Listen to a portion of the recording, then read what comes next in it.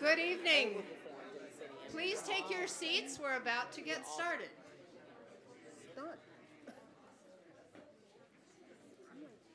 My name is Nancy Day. For 11 years, I was chair of the journalism department here at Columbia College Chicago. I'm still on the faculty. And I was co-founder with Curtis Lawrence of Columbia Links. It's my pleasure to welcome you here tonight for this timely and very important presentation brought to you, planned, reported by 6 outstanding teenagers from Chicago. Solomon, Nathan, Maria, Tony, Byron, and Kayla. You will meet them soon and find out what they've been up to. The members of our C-Links I-Team. Each of these 6, 3 young women, 3 young men, went through a previous academy learning the basics of journalism. On this team, though, they took their reporting, research, analysis, and writing to new levels on a very difficult and disturbing issue. Before you meet them, however, which will be very soon, I want to thank Mark Hallett. Mark, will you please stand up and give a big wave? Yes, you will.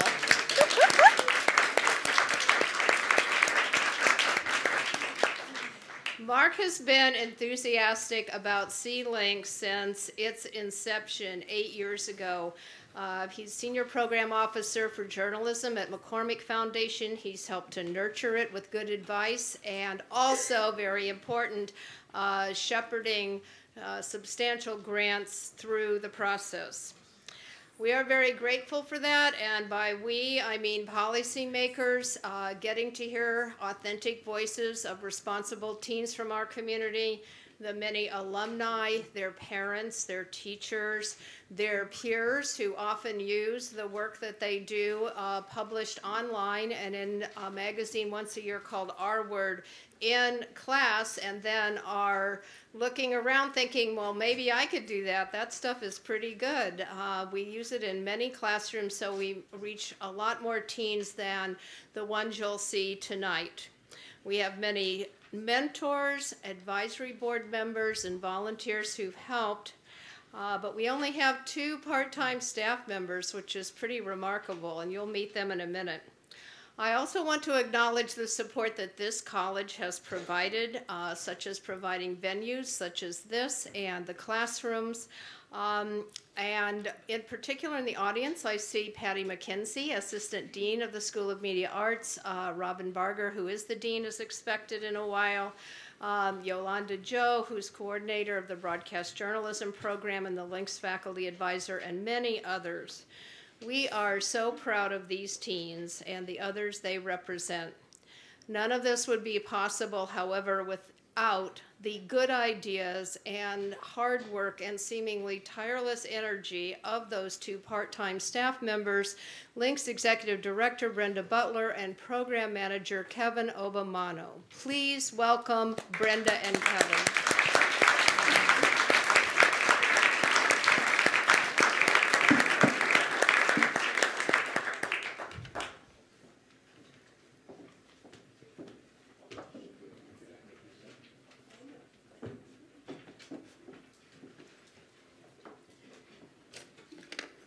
Thank you, Nancy. We are going to meet Kevin a little bit later.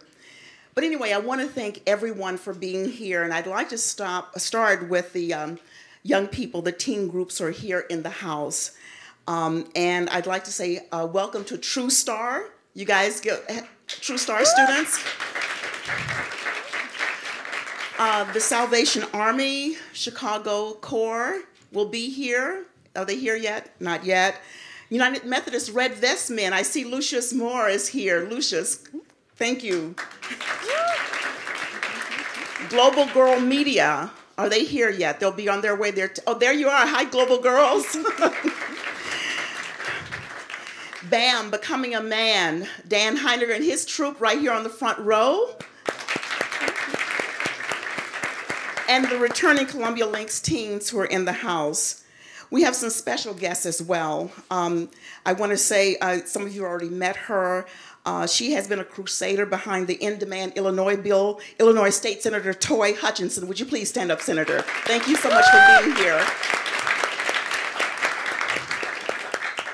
And also, we are expecting some more guests. So as they come in, we'll announce them. But I want to say this I-Team presentation could not have been possible without our I-Team project manager, Rui Kanea. Rui, who was the acting editor of the Chicago Reporter, managing editor, and he's an investigative reporter extraordinaire. Rui, thank you so much. And he was accompanied by two mentors, seasoned mentors, Fred Lowe, who's in DC. Fred Lowe was a reporter for the Chicago Tribune and the Chicago Sun-Times. He is now the editor and founder of North Star News and Analysis. And Michelle Stevens, Michelle, please stand up, the former editorial page editor for the Chicago Sun-Times. These were the two mentors who ushered our teams through this process. I'm going to ask people we're going to be tweeting tonight. You'll see on the wall the hashtag Traffic Teens, November 6th. Please use that. And I'm going to talk to you a little bit now about how this topic came up before I introduce our moderator. Every summer, this is our fourth town hall. And the topics, we've done everything from teens and joblessness, violence as a public health issue, the school to prison pipeline of young Black and brown boys. That was last summer. And this time we asked the teens, said, what would you like to report about this summer? And we came up with several topics, and I'm going to just recount those. College barriers. You know, one teen thought maybe we could talk about how unaffordable college is and how difficult testing can be. Another idea was schools and the police. We know that young people have a lot of encounters with police officers, and they aren't always pleasant. We said, whatever happened to Officer Friendly? Should we resurrect him? And then another one was actually our consultant, a media consultant who you'll meet, talked about looking at the history of one house, abandoned homes in Chicago neighborhoods or any neighborhood. And once that house is boarded up and no longer occupied, things begin to happen to a block, to the next 3 blocks, and to the entire community. And then our consultant said, well, you know, there's something going on that young people should know about, and that's human trafficking. And that topic was also brought up, and we talked about it, and our moderator was a consultant with us on this, and we talked for maybe about 2 or 3 meetings with the I-Team and our media consultant. And the teens looked at all of these topics I just talked about, and they decided on human trafficking. Once they got a few little nuggets of information, how they are often they are the primary target of traffickers, not just here in Chicago, but throughout the country and throughout the world, as you'll hear about. So that's how that topic, because a lot of people ask, why did they choose that? Well, you'll hear about that later. Right now, I'd like to introduce our illustrious moderator. Renee Ferguson is an award-winning investigative reporter who brings more than 30 years of reporting experience from the NBC5 news team. And during her career, she's covered major stories locally, nationally, internationally with insight and expertise. She's covered some of the nation's most prestigious journalism. She's actually received some of the nation's most distinguished journalism awards. And you may not know what they are, but let me tell you, these are important awards. The DuPont Award, given by Columbia University in New York. The Goldsmith Award, given by the Kennedy School of Government at Harvard. The Grace Award, given by American Women in Radio and TV in New York. And most recently, the Associated Press Award for Best Investigative Reporting. She has received 7 Chicago Emmy Awards and reporting awards from the National Association of Black Journalists and its Chicago chapter. And Renee, I remember her as an investigative reporter extraordinaire, and I'm going to go right to the one story that really resonated with me. She's gotten a lot of community service awards from the American Civil Liberties Union, the Lawyers Committee for Civil Rights Under the Law, the Chicago Black Women Lawyers Association. But there was this one story, and I'll just recount this, into allegations that minority women were unfairly targeted as drug couriers and strip searched at O'Hare Airport. Now, a lot of you are too young to remember that, but let me tell you, that was a scary time. I used to fly in, I was traveling, and to be stopped and to know that you might be strip searched. So Renee actually dug into that story and uncovered everything that was going on, and she won several awards for that. And it led to congressional hearings and major changes in search policies nationwide. And after Renee began investigating, and there was one other story I'd like to talk about, her undercover work at looking at working conditions inside the Metropolitan Water Reclamation District's treatment plants. That led to the appointment of an outside investigator. So this is reporting that makes a difference. This is solutions-based journalism. So we're really honored to have Renee with us. She is now, I hate this word, retired after 35 years as a journalist, and she now works with several well-known clients, writing their memoirs and authorized biographies. So let's give a warm welcome. We are so honored to have her and that she took the time to work with our Columbia Links I-team. Let's give her a warm welcome. Brenda, I love that retired thing. Give me my notes. Yeah, don't take your notes. What's she talking about? Retired is good. Oh, I'm so happy to be here. What a wonderful night. And you are in for an amazing time. It's been really a tremendous privilege for me to work with Brenda and Nancy and Kevin and Brenda Myers-Powell and our great students on this project. It takes courage, real courage, to do what these high school students have done. When we think of slavery, we picture something from ancient history, maybe from ancient Egypt, or perhaps maybe in cotton fields in the American South, with people bent over in the hot sun and with an overseer with a whip. We like to think that American slavery ended after the Civil War. Well, what our students uncovered is the fact that slavery never ended in America. The abduction, the forced movement, the forced labor, the broken bodies, the broken spirits, the buying and selling of human beings for huge profit is happening every day, all around us, while most of us just go through our lives being oblivious to what's going on, oblivious and not seeing the suffering. We don't see it because we don't want to see it. We want to think that we are better than that. But these students, these young people, these brave and courageous reporters of the Columbia Links I-team decided that they were going to look at what we don't want to look at. They did want to see it. They did want to understand how modern-day slavery works in America. And while we give it a more sophisticated name these days, we call it human trafficking, at the end of the day, it's still slavery. It's against the law. It's a criminal enterprise growing so fast that it's predicted to outgrow drug trafficking. And so these amazing young reporters hit the streets to report on what is hidden in plain sight. Brenda Myers-Powell of the Dream Catchers Foundation works with the Cook County Sheriff to rescue those working in sex trafficking slavery. Powell, to me, is a present-day Harriet Tubman. Now, most of you know that Harriet Tubman was born back in 1822. She escaped slavery only to return time and time again to lead other enslaved men and women and children to freedom. Harriet Tubman is an American hero.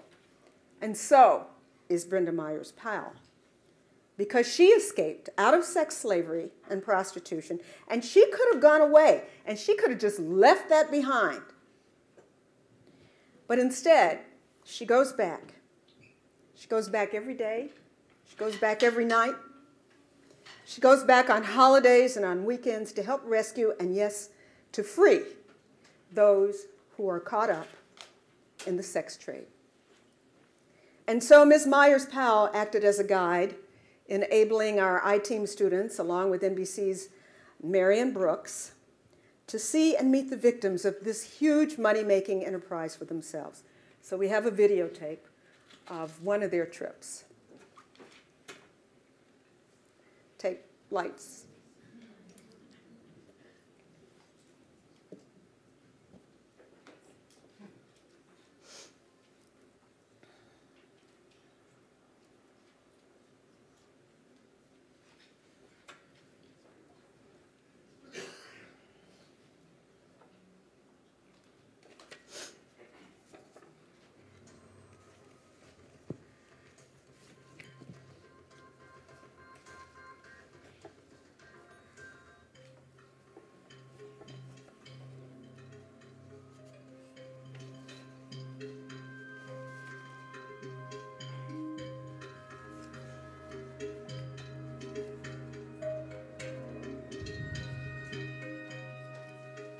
In the 7 years since they began their mission, the Dreamcatchers have rescued 74 women from these streets.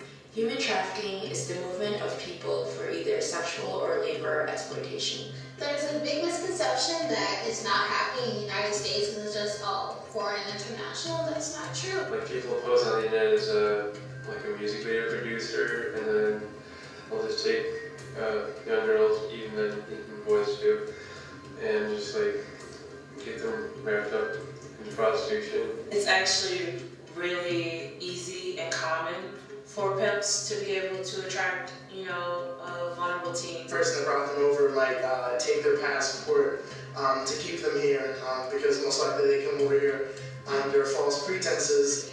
They're trying to take them away from any self-esteem they may have, take them away from any kind of life they may have known, and that way they can send them out on the street and take advantage of them that way. Brenda and her partner Stephanie Daniels are on a rescue mission. Brenda spent 25 years as a prostitute, Stephanie 20 years as a drug addict, who at times prostituted to buy drugs. Backgrounds that they say give them credibility to reach these women on the street. We're not here to judge them. No. We're not here to make them change their behavior. We're here to offer them hope and encouragement, even if they want to stop.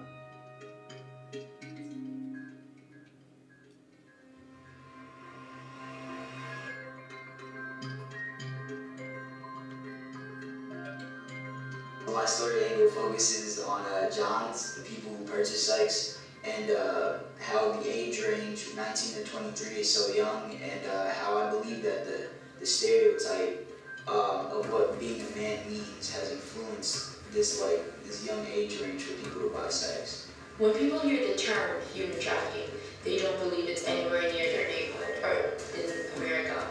A scary fact is that Chicago is the 5th largest hub of human trafficking, and no one knows about it. Raising awareness about it, changing people's mindset and people's attitudes about it, I think is critical. And that's what we're trying to do here, to let you and everyone else know that this is a problem that you need to help take care of.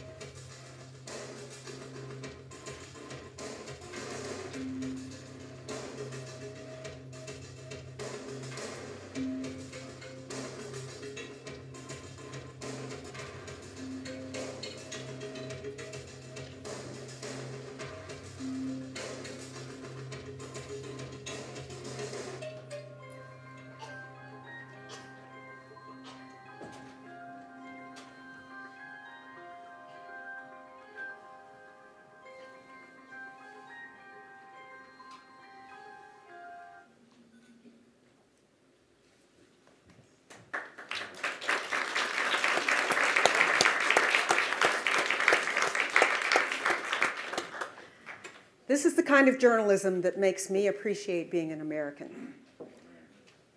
Couldn't do this anywhere else. You know that, right? Couldn't do it. Our students who dare to look at what others don't want to look at are courageous, are wonderful, they're smart, and some people said, can't you do something other than that? That's a really tough topic. But they persisted, and they insisted, and as usual, they lead. And so, I would like to introduce to you some of the grown-ups who helped them. Brenda, are you here? Brenda Myers-Powell. We're going to let that up. They're going to be on our panel. Come on up, Brenda. Brenda is one of our esteemed panelists. She has been an amazing mentor to our I-Team journalists.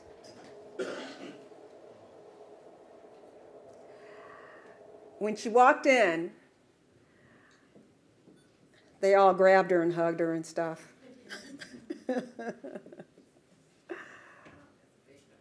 This step over here. Yeah, yeah. And she's here in spite of a bad back and having recently had surgery on both knees. And having not felt really good for a long time, and yet she's here with us.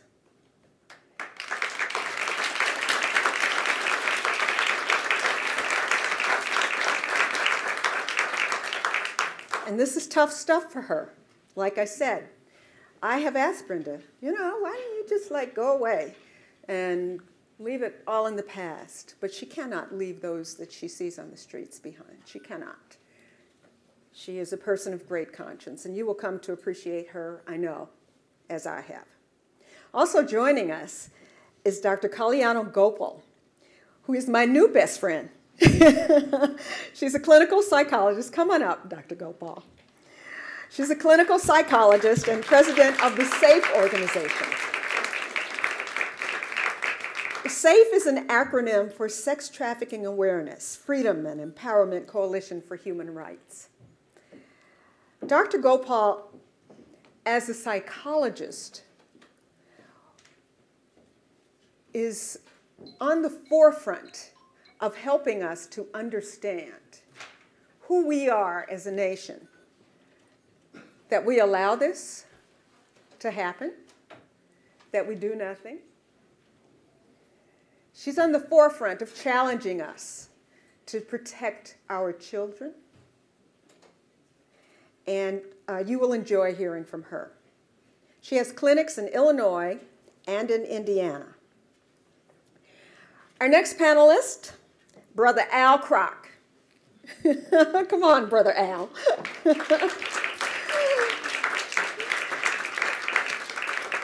Now, I called him brother because he's my new brother. He's a former Chicago police detective, retired like me, but working harder than he's ever worked. He specialized in sexual exploitation and child pornography. He's now a private investigator. He works with the FBI. He works on educating boys and girls. And he is extremely, extremely dedicated to this issue and to making change. Commander Bill Lean, the Cook County Sheriff's Office.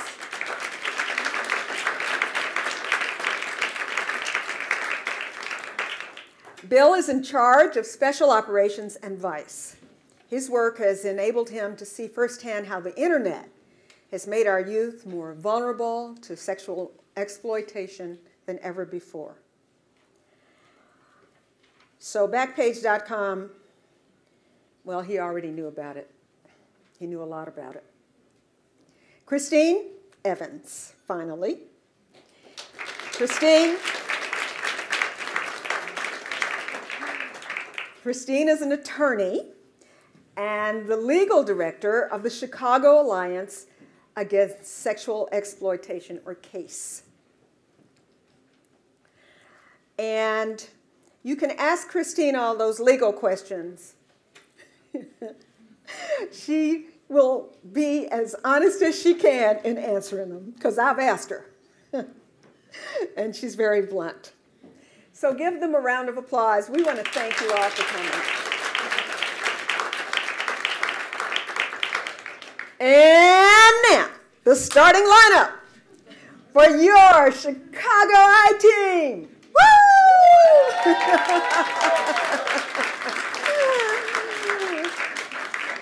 Ms. Kayla Harrington. Kayla! Kayla is a senior at Lynn Bloom Math and Science Academy. Mr. Nathan Cordero. Nathan! Nathan is a senior at Lane Tech High School. All right, Lane Tech. Mm-hmm. Ms. Tonisha Harris. Whitney Young. Whitney Young. Ms. Maria De Leon. Von Steuben. Mr. Solomon Davis.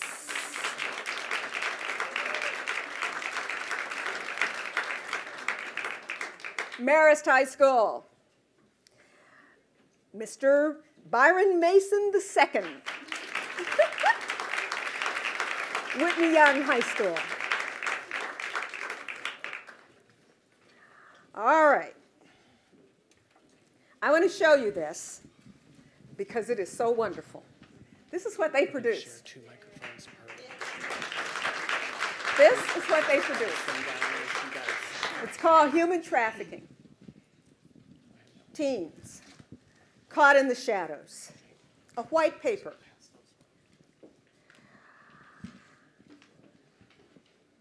They did this. And I hope that you will all sit down with this tonight or when you have a chance and read it from cover to cover. There's important information here. And when you read it, I know that you're going to feel as proud of these students as those of us who have worked with them do. We're going to also pass out some cards for you to write down questions on them if you have questions for us or for our panelists or for the students. I also, Toy Hutchison, you know, we appreciate your support so much, Toy, and the work that you have done. And I can't say enough about it because without you, I don't think this subject, I mean, this is a hard subject to tackle politically and socially and economically, because what are we really talking about here? Money. Money. We're talking about money. That's right. And so this question comes up, Miss Brenda. I have to ask you, why? Why you continue to go out on the streets, back into a world that is so difficult, and especially for you. Can you hear me? Well, back some years ago when I got out of prostitution in 1997, at the end of the road, my last customer drugged me 6 blocks, tore all the skin off my face, off in the right side of my body, so I had no face, and I was pretty damaged, you know. Even before that, I have been shot 5 times. I've been stabbed over 13 times. It's been a lot, but that last time, it seemed like I had no identity. And I went to a place called Genesis House, and I got recovery from this issue in prostitution. And I met a woman named Edwina Gately, and she was just a little powerhouse, you know. She was a little woman, but she's very powerful. And she was from England, and she came all the way from England, and she started Genesis House, and she was very successful in it. And I looked at her, and I said, I'm going to be just like you when I grow up. And she said, and darling, you can. You know, and I was like, okay. But it was me, after getting my life together, I had the apartment, everything that people said that I could have, you know, and a lot of people said I would never have. I had the nice apartment, I had a car, I had a good job, and things were going on pretty good. I got reconnected with my children, you know, so things are good. But it just didn't feel right. That it was just like something was missing in my life. And I started to volunteer in shelters that had women. And then I was on this thing of being prayerful and abstinence and all the good stuff that comes with it, you know. And it was the truth. God said, you need to go back out there and work with the women. And I said, God, you got a real sense of humor. I am not going to go back there on the corner. I just left it, you know. But it was really, it came to me that they made prostitution a felony here in Chicago, and that outraged me. You know, I didn't think that a girl should get a felony and the guy should go home and be okay, you know. So I met an organization that wanted to do something about the felony upgrade in Bucktown, and I prayed on this, and I asked my daughters, would you mind if I go back there and kind of like be the face for prostitution? They said, no, Mommy, we don't care. Tell your story. And I said, okay. And ever since then, I've been telling my story and even taking it further than that. I now have an organization called the Dreamcatcher Foundation. You know, when I was out there, there was a girl named Big Niecy, and we used to work together on the corner, and she used to say, girl, don't leave me in the gutter. And I used to say, don't leave me, because we all were,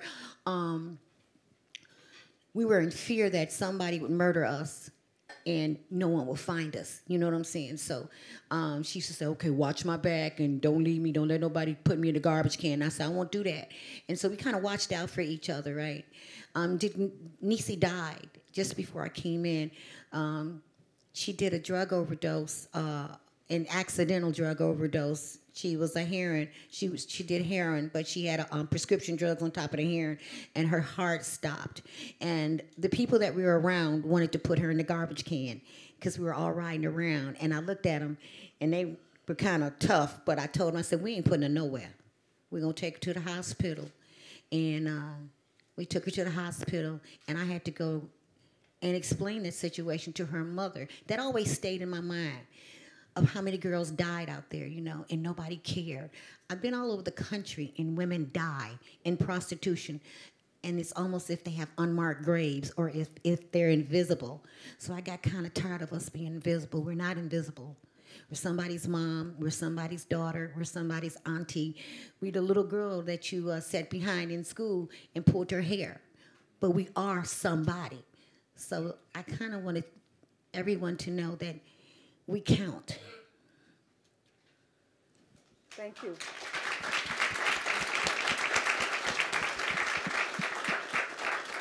So Solomon, I think you were the person who interviewed Brenda? Oh, it was you? I'm sorry, excuse me. It took Solomon a ride along. You took Solomon. Okay, so you all got to know Brenda. Okay, what are your impressions? What did you learn from her? What's the most important thing that you learned from her? I learned hope, mostly, and I learned that it can be possible. Like, if someone like Brenda could get out of that world, the industry, like anyone can. Like, no one is a lost cause. And her going out and saving those girls from the streets, it just gives me and everyone that's in here hope, because if she can do it, anyone can do it. And that's what I learned. Anybody else learn an important lesson? So when Brenda was telling us her story, I kind of just stopped writing. It was just taken back by how confident and powerful she was, even though after what she's been through, like, she was able to deliver her story powerfully, and it really, like, touched me. I once advocated, like, really hard for human trafficking, but I had no idea what I was getting into until Brenda, like, I talked to Brenda, and I was really taken back. And, like, the fact that she was, like, stabbed and shot and dragged, I was kind of like, how do you live through that? And, yeah, it, like, really gave me hope that other people could get out of this as well. I just wanted to say that, to me, Brenda's like a superhero out here saving these women. It's not an easy thing to do. And I'm proud that there's someone like that. There should be more people like that. And I just remember when she talked to us the first time, that's when it really hit me, the magnitude of this issue.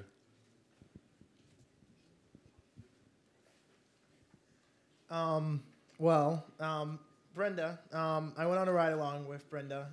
It was me and a mentor and Brenda. The other one. Yeah. And it didn't really hit me, sort of. I didn't really have any hopes or expectations of what I was going to see in this van. But just being in the van and seeing the work that Brenda does on a regular basis, going out, going back to these streets, maybe the places that she was, when she was sort of in the life, and just for her to be there and to offer these services to these girls, and I think I found it interesting. I think that what Brenda does, I find it interesting because she went through all of this, and it's not like she's a stranger who's just going out there and saying, hey, you need to get help or whatnot. She actually went through it, and by her going through it, she knows how the girls are feeling, and by knowing how the girls are feeling, she can make them feel comfortable, and she can truly offer them something that no one else can, and just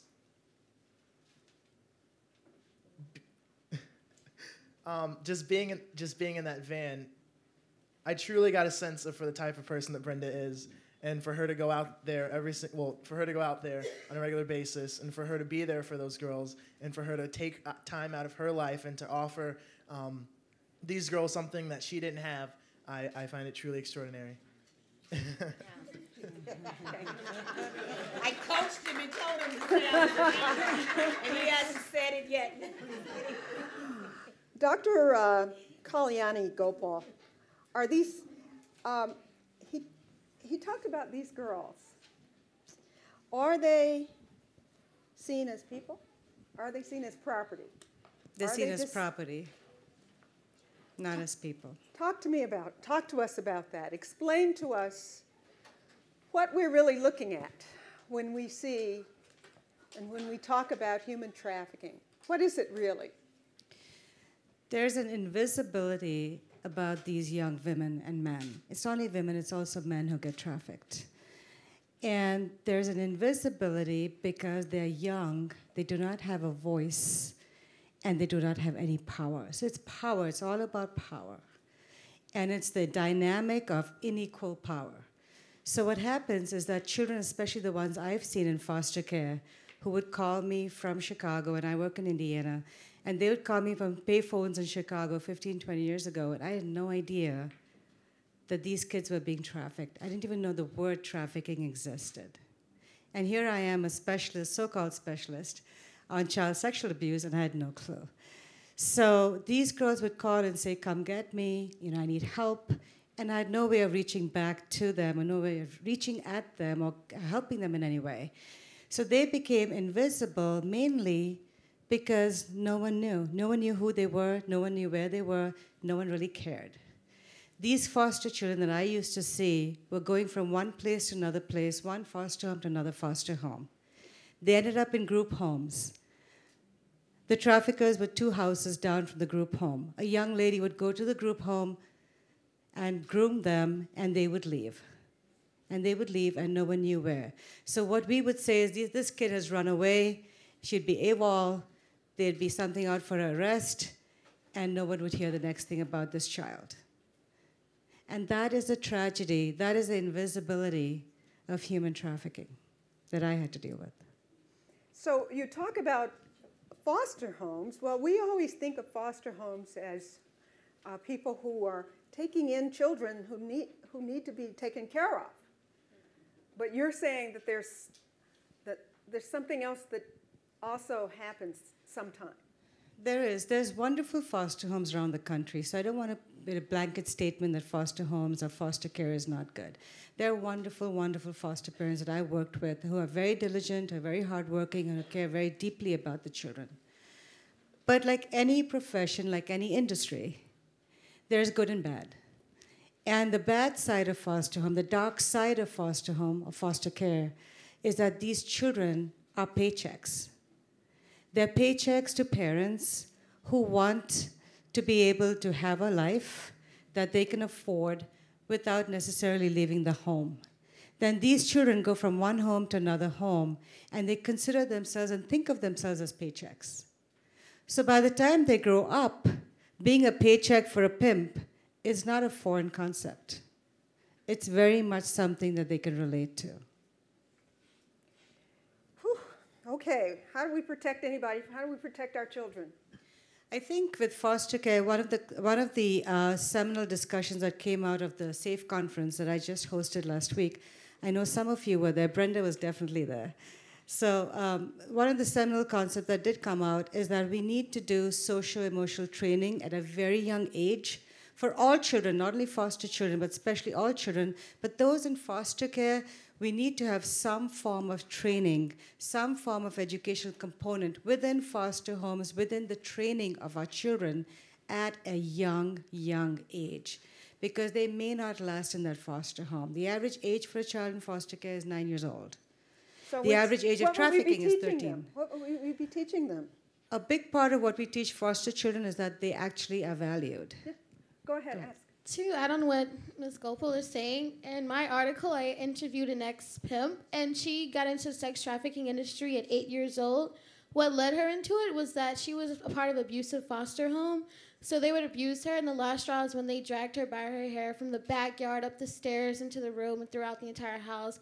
She ran away with some friends and lived with pimps and began collecting money. And what she's saying is so true, because I believe if she was in a better foster home, she would have never been into trafficking.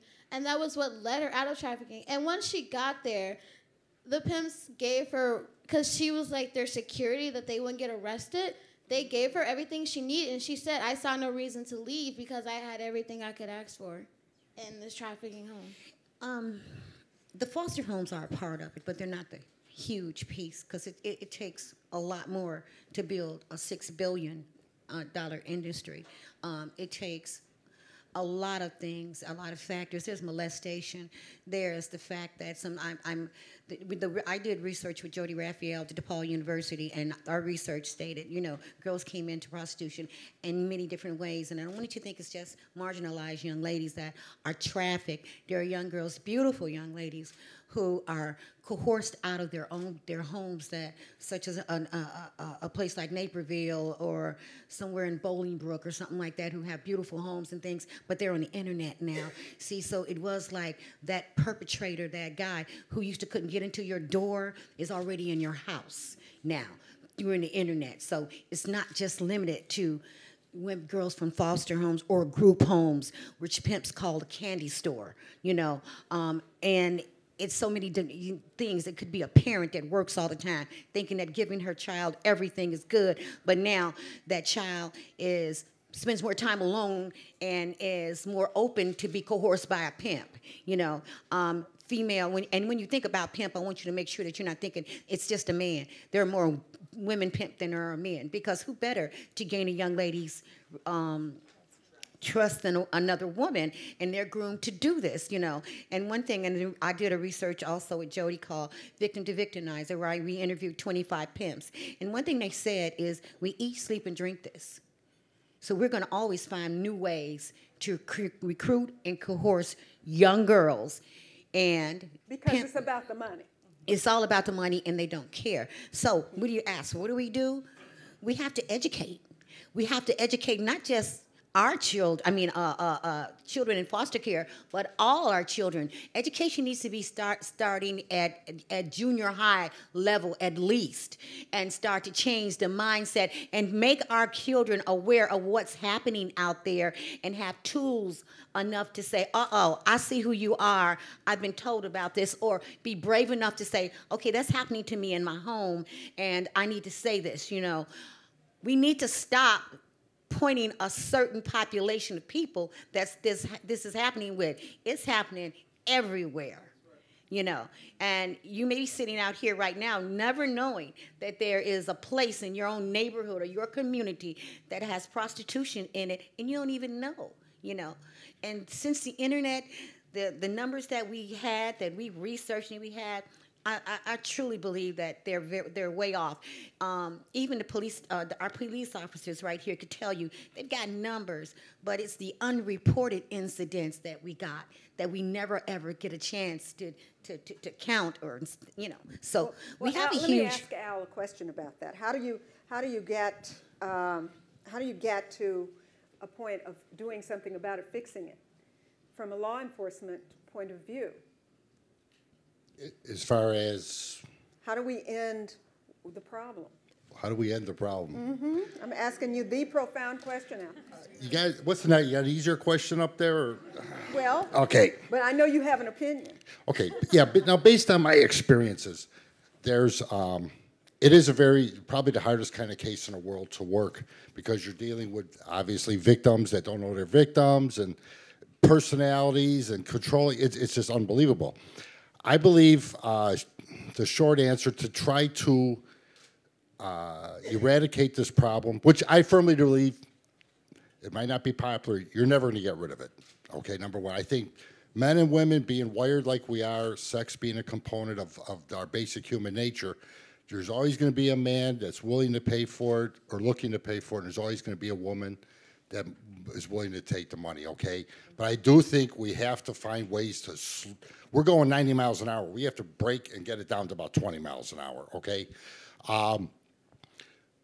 a way that's actually starting to gain traction, the end demand movement, which I see as, at first I was very skeptical about it, okay? Me too. I was very skeptical because and part of the problem is law enforcement and not the individuals that work it, okay? I'm talking about people that run the police department, the city leaders, the politicians and that. No offense, okay, you're on our side. But no, there's not a lot of resources thrown at the problem, okay? Commander Lean here at the sheriff's department, they do wonderful sting operations. And why can't you do them every night? Well, because they have to do other things, because they don't give them the resources or the money to do it every night. Like in New York, Operation Losing Proposition. I'm a friend of the deputy chief out there, Tony Favalli, and I talked to him. I was out there with him in August. And they're doing 100 johns a month without even trying. And then when they ramp it up, they'll get, 400 a month, all right? But they're throwing the resources at the problem. I like to see in the end demand movement, let's take it to the next level. What does it mean, in demand? End demand. And the men that are looking to buy sex, instead of focusing on arresting the prostitutes, okay, let's get the men. Let's take this, let's take this a step further. Let's go to the Swedish model, all right? We're already halfway there. What they call it the Nordic, but it's from Sweden, okay? Where it's, the women are not arrested for, it's not against the law to sell sex, but it's against the law to buy sex, okay? And it's been going on in Sweden for about 15 years. I'm not gonna say it's the end all be all, but it has put a big dent into it, okay? It took a lot, when it first started, the street prostitution went on to decrease. It rose a little bit after that, but there's quirks in every little system.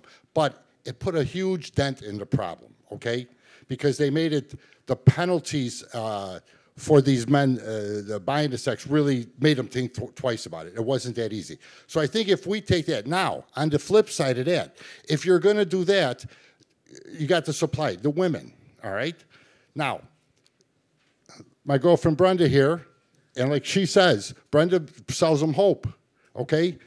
So unlike Sweden, though, we have to have the resources to give these women. If they're going to be coming out of the life, what are we going to do with it? We just can't say, hey, you're done now, we'll go about your business. What is their business?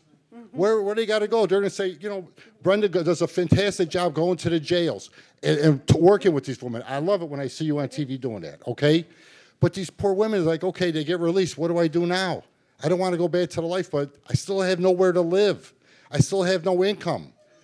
We really need to press on our legislators let's get some extra dope for get some homes for these women, okay? Get some homes for these women. Get the resources for them, because we're making great progress, but we're taking such baby steps. We need to take some big steps and really just let's throw this against the wall and see if it sticks, so to speak. You know what I mean? Christine, we got to do something. Why don't we just legalize it? Wait a minute. Christine. Okay, wait. Christine. I know. She's going to go at it. Christine. I just want to Why don't we just legalize it? No, I'm going to give you. I just give you a quick. Okay, from a law enforcement standpoint, legalization sounds.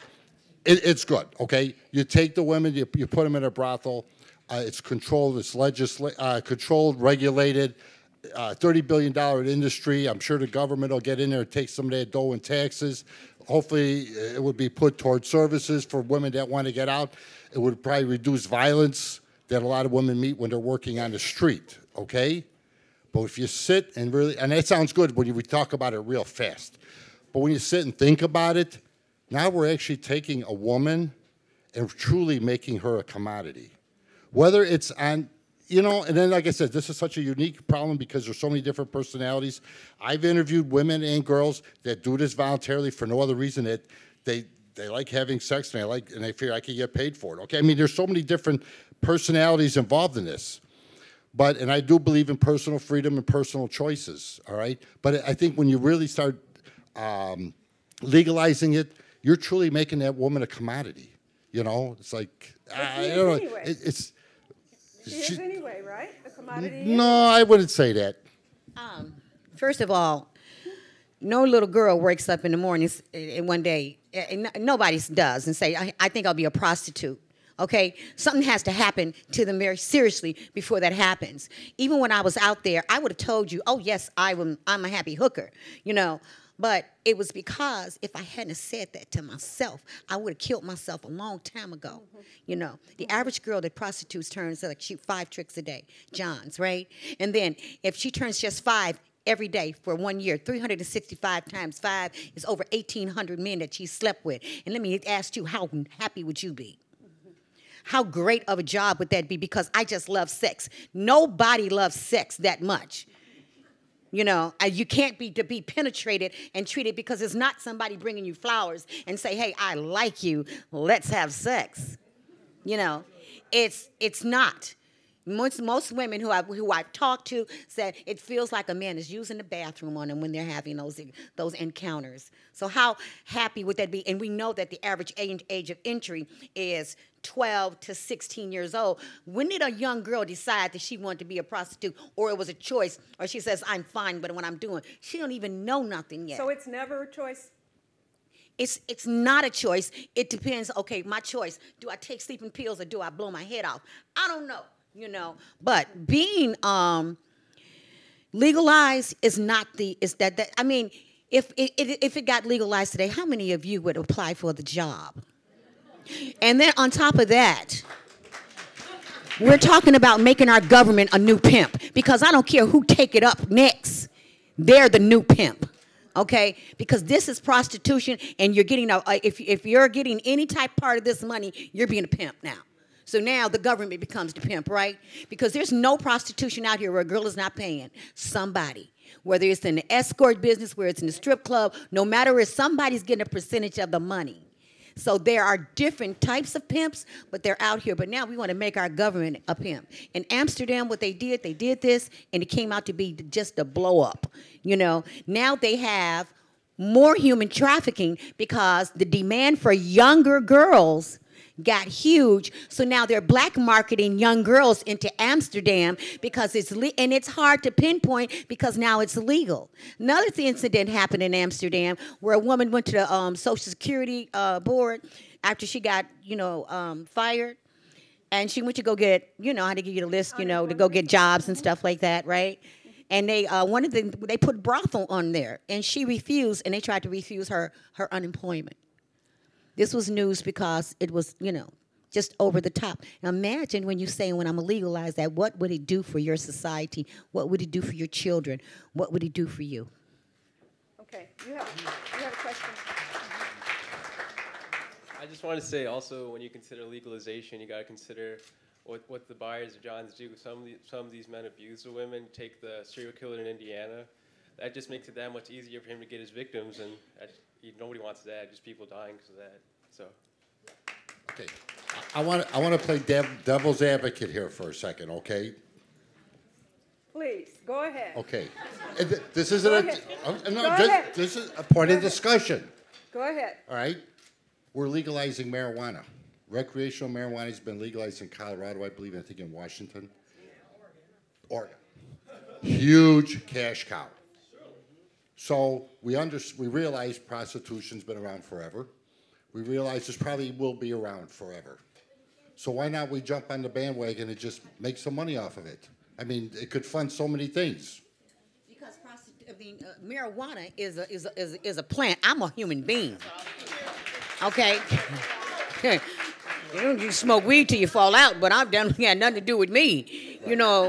Really. No, she's right. It's a plant, and I'm a human being. It's a debate that's going on now. I mean, people are saying, well, we're taking all these vices and starting to legalize them, and governments are looking at new ways for income and making money. I mean, folks, this is a society issue.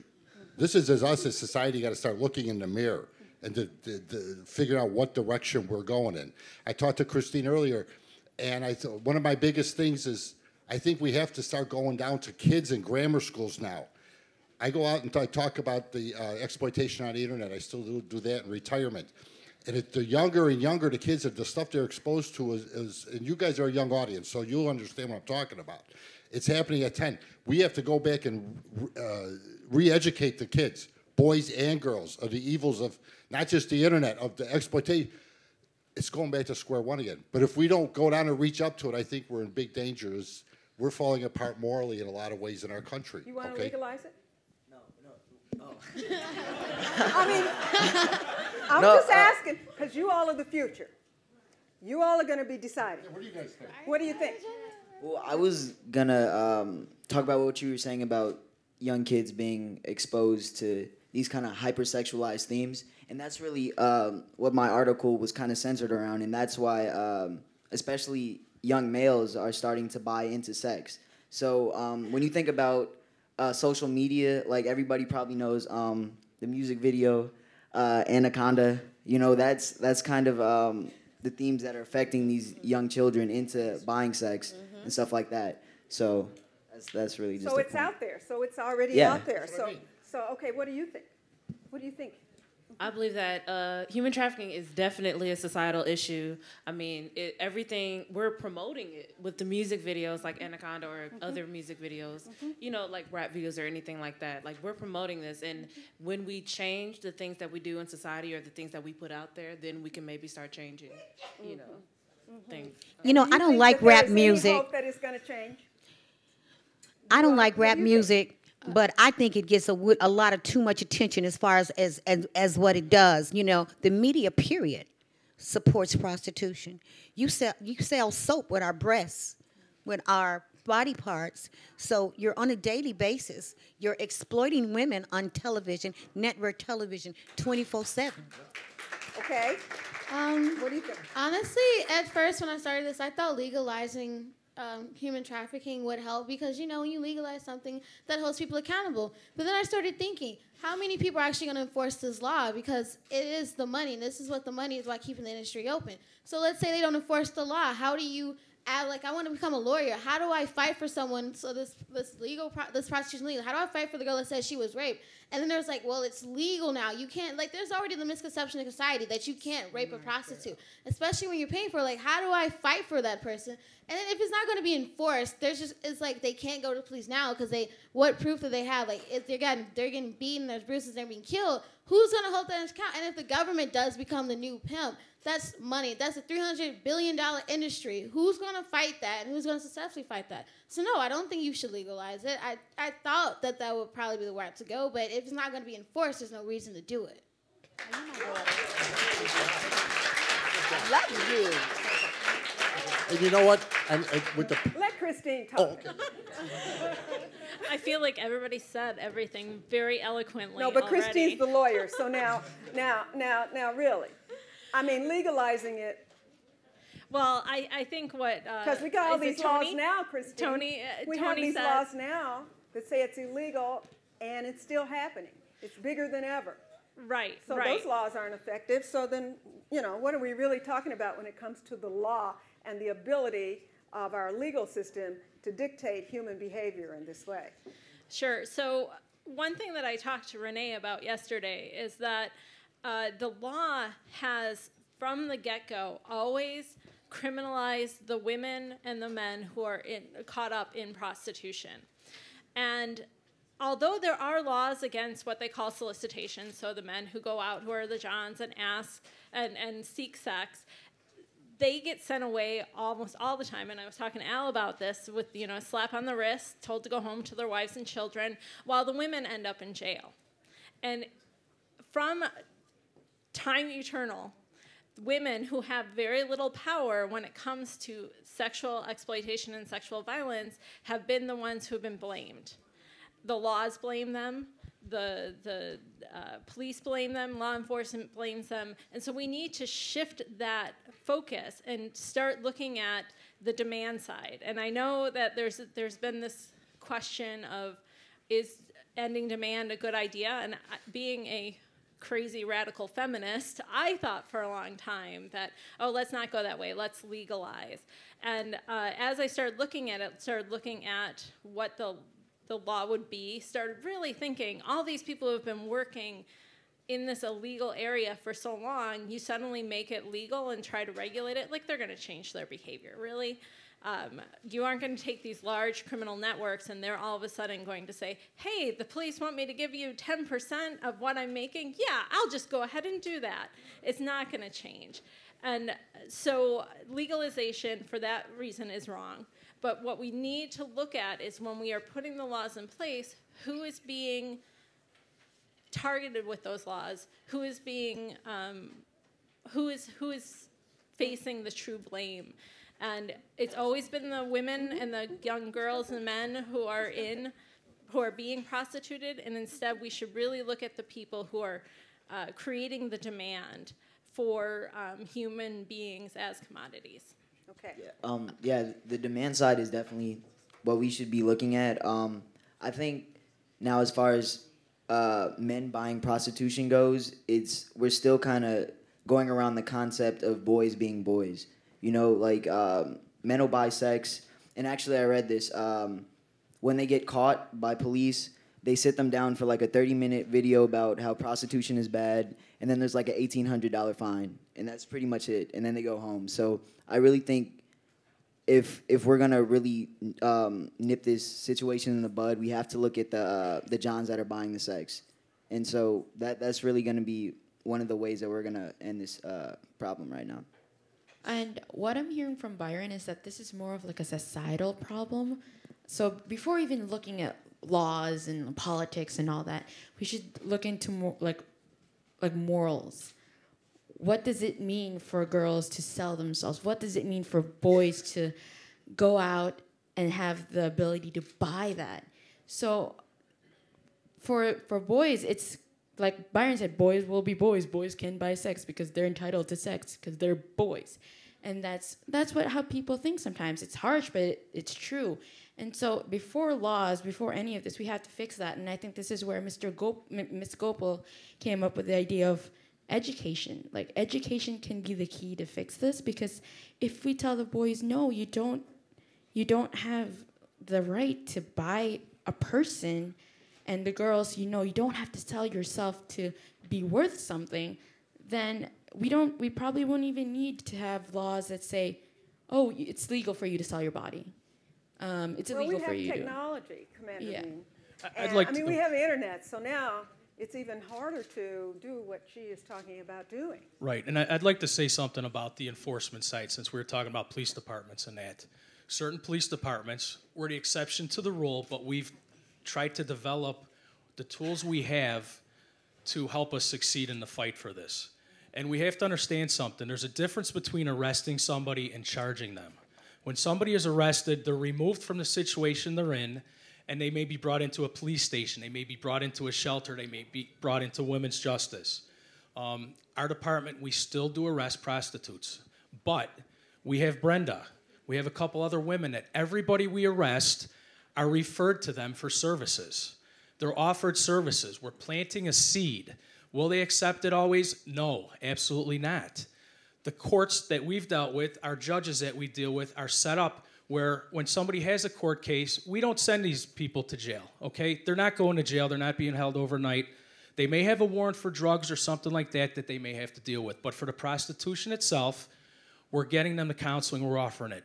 If they do end up going to court, the judges are on board to offer them some services. And like Brenda says, sometimes it takes a little push. A person needs to be pushed into that because there's victims out here that don't realize they're victims. I met a girl who was in the life for years. She said it took her 10 years of being out of this life, being self-sufficient, and living life the way we would say is correct before she finally realized that she was a victim.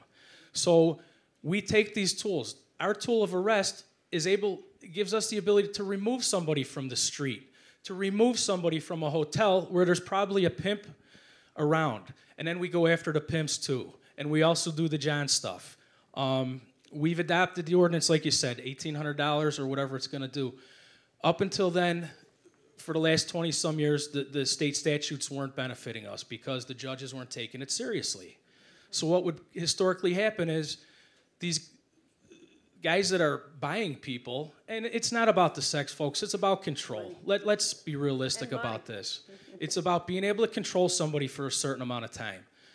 They'd post $100 bond, and they'd go to court, and they would hire the bar attorney for that $100. The bar attorney would get them a sweetheart deal. They'd get some type of supervision, and then it would not be any type of conviction, and it wouldn't really show on their record. We said there's a problem here. We adopted this ordinance, and it's hitting them in the pocketbook. And people argue back and forth, but that's the best tool we have right now. It's been successful with us because prior to that, on for instance, Mannheim Road, which was a historically high prostitution area, every time we ran a sting, we were getting the same people. Now, we're not getting repeat customers. Does it mean they're not going somewhere else? We don't know that. They're but going to Backpage.com. they may be, but we're also running Backpage stings. Oh. For instance, just to give you the volume, we ran a Backpage sting, and in 2.5 hours, we arrested 11 men coming, answering one ad. So you can imagine if one ad gets that much volume, hundreds, thousands of ads that are out there, how many people are buying sex? And when you look at Backpage, for instance, when you see somebody that posts an ad, check back 5 minutes later and see how many ads have been posted since then, just to give you an idea of the sheer volume. Law enforcement, we're trying to make a difference. We need help. I'm more than pleased to be at these things and see new people to be exposed to this because people don't understand the concept of human trafficking. My unit, we deal mostly with domestic, and we've spoken about that. Domestic is right here. It's in our backyard. The term human trafficking makes everybody think there's some type of travel involved with that, over borders, cross country, from anywhere. These are people, these are kids and adults who are our next door neighbors, who are our cousins, who are our friends, who are our classmates. A better term that I always say, and it's in our state statute, is involuntary servitude. It explains the crime a little better. It's forcing somebody against their will to do something for your benefit. In this case, it's perform sex acts for money. And like Brenda said, it's involuntary. It's not voluntary, regardless of what the people say. And we run into these victims, and they'll tell us, I'm doing it on my own. We know darn well they're not. There's some kind of problem. Can they call you? They can call us. You all know someone, and you know they're in trouble like this. Can you call him? Yes, we can. You can. We have resources through Brenda and those folks. If you have information, people are afraid to call and say, my friend is a victim of this. This is who her pimp is. But if you call us and say, Joe Smith, I hope there's no Joe Smiths in the audience here, but Joe Smith with a red Chevy with this plate number is pimping, it puts that person on our radar. We have databases with this stuff. We are trying to build cases on these folks, but it's very victim-centered. If a victim is too fragile and we can get them out of that situation and not be able to charge this pimp, it's still a victory to us. Of course, if we can put these pimps away, absolutely. Because like they've said, it's modern-day slavery, folks. People don't understand that. I met an older woman years ago, and I was talking to her on the streets, and she said, and I said, who in this neighborhood has these young kids? And she said, honey, you're looking in the wrong place. It's the families.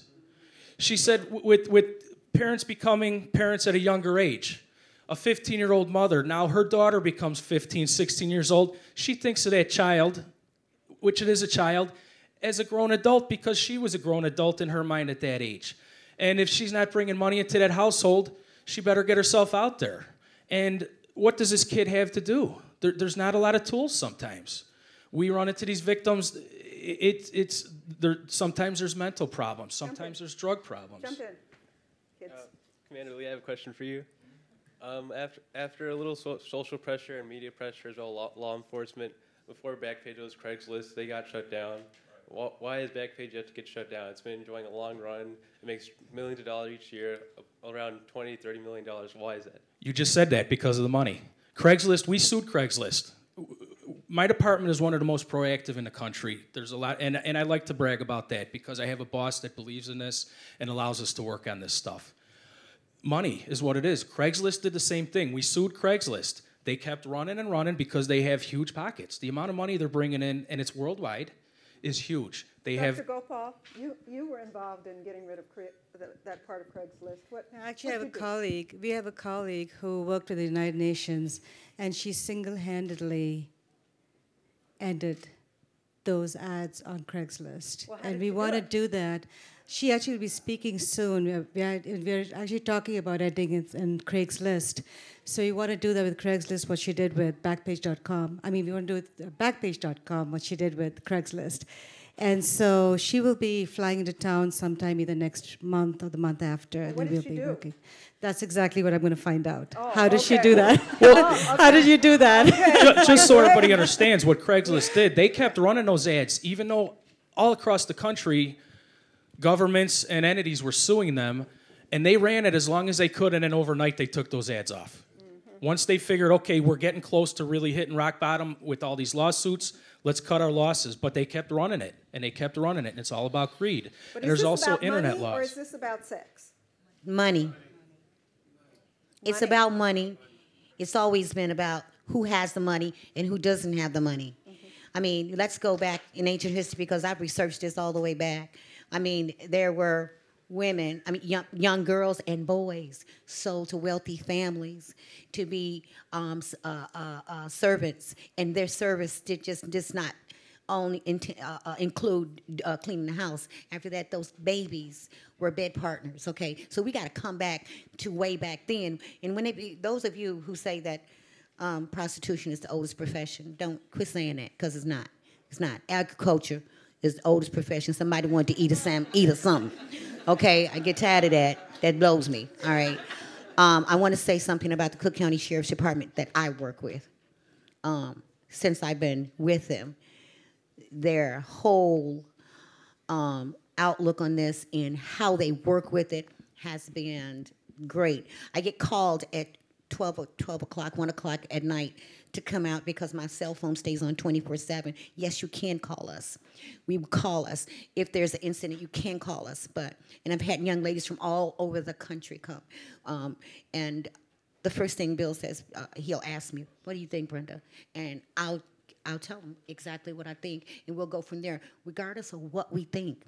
We try to give her an opportunity not to go to jail, but to come and get services. This is hard. If you run up on a really young girl who's very pretty, and he just arrested her off Backpage, right? And she was in a 5-star hotel, and she has $5,000 in her drawer when they go in there and they arrest her. And then they come in and they put her in my chair, and I'm talking to her, and I'm blue in the face, but not a whole lot about you shouldn't do this, but just kind of kicking it with her, because I don't do that, because I think it should be her decision, not my decision of what you could, because you couldn't have told me that I needed to quit. That wasn't, and I got 5 stacks in a 5-star hotel, because guess what I got for her? A shelter. Okay, so now I can't come back to that, Renee said something, and I love her for it. She said, you're the modern day Harriet Tubman. I so love Harriet Tubman. She was a gangster. Okay. And I always say, because I got Harriet Tubman all hanging in my house, and I say, she has a statement that says, I rescued 1,000 slaves. I could have rescued 1,000 more had they known they were slaves. No. That's our deal, most of us sitting up here, to try to get the people to know that they're victims. They don't look at them as victims because there's so much brainwash involved in this. It's about power from the pimps, power from the people who buy them, and they're the little guy in the middle. To go. All right. We're going to do questions from the audience, too. Are we not? Are we taking some questions? So, Renee, can I touch on that technology question real quick while we're here? Please. Folks, one of the biggest tools that... because you said something to me the other day, and I'd like you to repeat it to the something that people are being exploited on across the board, and it's being used by pimps, traffickers, exploiters, predators. They're using Facebook.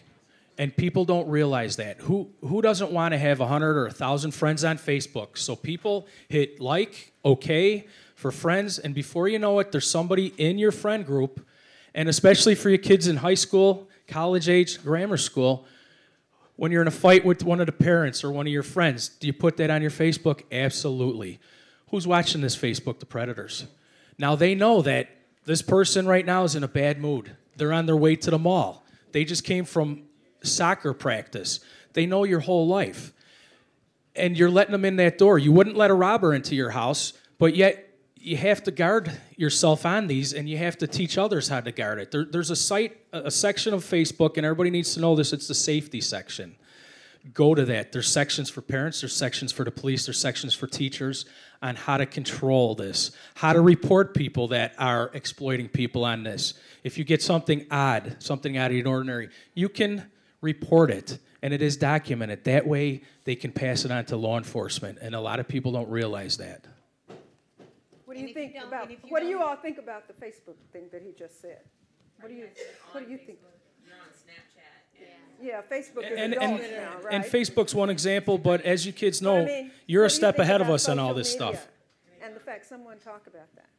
Yeah. I do agree that social media plays a big role in all this because it makes teenagers and younger people more vulnerable to any kind of predator.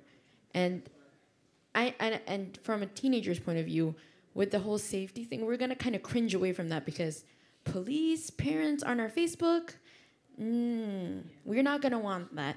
But the thing with that is that the point I'm trying to make is that when you're trying to talk to teenagers about these things, you should do it in a fragile, kind of delicate way because we take things seriously and we are hormonal. We like to be angry and we like that. We are just everywhere. So when you said like police and parents, we're not gonna like that, but the idea of it makes me feel like I can be protected. And that's what I like. But I don't know about you guys about the whole parent thing because I don't want my mom on my Facebook. But she makes me be friends with her, so it's okay. Yeah, I agree with what Maria said, especially how like having that on our Facebook, it is gonna make a few teenagers shy away from it. Another thing is that like a lot of teenagers, they're gonna think, well, that's not my problem because that's never gonna happen to me, and they think about that about pregnancy and like drug addictions. They're definitely gonna think that about this. So I believe presentation is everything. The way that you present this Facebook page or that Snapchat thing or whatever social media network you choose, it has to be fragile. It has to be something that the teens want, and maybe it should be advocated by teens because I know I would listen to my peer a lot faster than I listen to my mom telling me this because like my mom's always gonna say that, but if it's like my peer, my best friend actually telling me this, like, oh, maybe my mom's not being overprotective this time. So it's a great idea. It has to be fragile. It has to be presented very delicately, but it has to work as well. But pimps will try to approach you. They won't approach you as a pimp. They'll approach you as a boyfriend. And they will take a lot of time with you. A lot of time. And they call that an investment. Okay? And they will take a long time to coerce you. I mean, just, buy you things. I mean, they would treat you like a queen. Give it to her. For what? Okay, I'm sorry. They would treat you like a queen for a long time before they even initiate the part about working because they've got to totally control you by that time. So all the things that your mama said and everybody, how many you love her to death, you got to be a strong kid because they are coming with it, you know.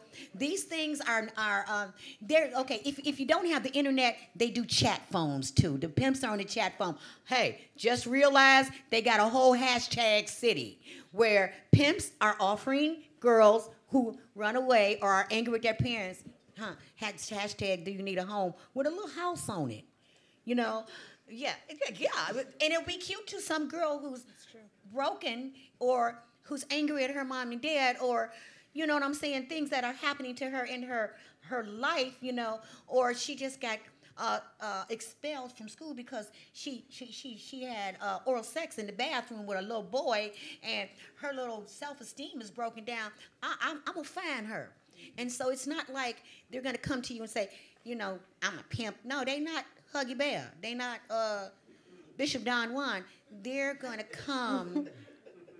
They're going to come really smooth, and they're going to be a boyfriend. Hey, how about pimps coming to your mama's house, sitting down, and treating you, and bringing smooth, and bringing things to your mama, too, while he's trying to coerce you. This is things that happen, because we got families who tell our children to do things for money. Marry well. You didn't say marry for love. You know what I'm saying? Make sure you get a man, you know, that has something. These are things that were told to me. You should never be broke as long as you're a woman. Subliminal things that were told to me that were just like open door to selling my body. You know what I'm saying? What are you doing? He had a Cadillac and you broke, you know? And I'm like, what does that mean? I found out what he meant. These things came from my grandmother. We have to be real careful what we say to our little beautiful girls. You know, you never tell a girl, okay, you need to get a man with some money so that you can survive in life. Instead of telling her, go get you an education and get all the money you can for yourself. You know. I agree 100% with Brenda. Like, my article I wrote was about vulnerabilities that teens face with this type of situation. And I mean, we're teenagers. We face a lot of vulnerabilities, insecurities, you know, even homeless teens, which is practically what my article was about. But I mean, pimps and traffickers, they will hunt you out. Like, they find you. You could be hiding in like the darkest corners of the earth. They will find you. They will sniff out your insecurities and they will come to you. And they will try to coerce you into this line of work and make it seem like it's okay. They'll start off as a friend and everything, but it's not okay. And they will get you and you're trapped. And you'll wake up like 10 years later or so, and you'll realize, oh crap, how did I get myself into this? It's What does the pimp look like? It look like anybody. Anybody. So, What you mean he doesn't have on a super fly well, suit? what a pimp looks like, and this got this from Brenda. Build a pimp is what she did, and so. You know, you always have that stereotypical pimp. You know, Cat Williams with the purple suit. You know, pimp named Slipback. You know, got that big chain on. That's a stereotypical pimp. But there's three different kinds. In my article, I interviewed a female pimp. She was called a madam. She looked like a successful businesswoman, or she was very dressed up. And, you know, as a teenager, you see a woman like that, and you're like, oh, my God, how'd you become that way? And that's exactly how future victims approached her. They were wondering, how was she that woman driving down the west side of Chicago in a Mustang or a Cadillac? They wanted to know how she got her money. That's one type of pimp. And a female pimp, to me, is the most dangerous type, because when you think of a female, you think it's safer to approach a female. Like, pimps use this as a tactic. They send out their girls to get pimps because a police officer is going to overlook a girl talking to a girl, and you feel more safer around a female. And then there's the dad. That's the guy on the block that everyone loves. You know, he goes to church. He donates to the schools. You know, you send your kids over there to the parties. He's secretly pimping out 5 girls from his daughter's high school, and you would never know that, nor would you believe it if it came. And then there's also that 16-year-old boy. What I learned is that gangs are starting to use prostitutions to feed their drug trafficking. So when you get recruited into a gang, you got to have sex with all the males there. Then you have to go sell yourself because, you know, the girl has to make her living while she's in that gang. They're not going to send her out to fight somebody. Well, she has to go have sex with somebody, and that's a 16-year-old boy. There is no ideal way to what a pimp looks like. That's what people need to know. So what do we do to make life better, safer, more productive? We say education. What does that mean? What are we doing? There's several components to education. One of the most important things, and as much as I worked for the past 25 years with kids who are trafficked, one of the biggest components is the understanding of themselves. It's like the self-worth, the sense, also the mental illness is a big issue. These children oftentimes are children of parents who are very depressed. Mothers have a huge history of depression. There's a history of bipolar disorder. There's a history of financial ruin. So what happens to these mothers sometimes is they will move in with an individual who will then traffic their child. So they will traffic their own children. Happens all the time, and I've seen it way too frequently. So mental illness is a big issue, and that's something we need to address. We need to give more supports to our mothers who are mentally ill. We need to we don't have enough shelters for our victims of domestic violence. So what do? They go right back, not only because they need financial security, but also because of trauma bond. So a big issue you're going to work with in victims of sex trafficking or human trafficking or IPV, which is intimate partner violence, is healing the trauma bond. Recognizing that there is a trauma bond in the first place and then healing it. What's a trauma bond? A trauma bond is a relationship between a pimp and the victim. That trauma bond involves not only socioeconomic bondage, but also psychological and emotional bondage, because that bondage, that person owns you. You are the property of that person. You think you're so deeply in love with that individual who you call your boyfriend, which is why they'll never tell you, I've been trafficked. They will say, I have this boyfriend, he's a really great guy, but you know what? He spends so much money on me, so I have to do X, Y, and Z in exchange. That is your trauma bond. And they will not turn over the pimp to the police. They will not turn over the pimp to the law enforcement. And simply one of the major reasons why they don't do that actually is because they're so fearful that if they do that and he finds them later on, they will be dead. And if they're not dead, one of the family members will be dead, like a little brother or sister. And will they?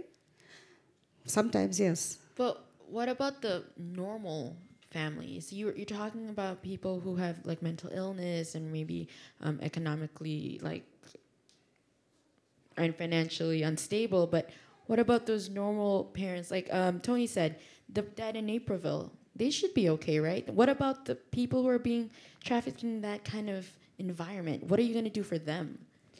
What we have to do is these young girls and boys who are being trafficked from happier, so-called happier suburbs, right? So these kids are being trafficked from there, have a reason why they're leaving home. There's a reason why anyone leaves home. It just doesn't happen. The reasons sometimes are because they're being overlooked in some ways. Their needs are not being met. They're emotionally needy.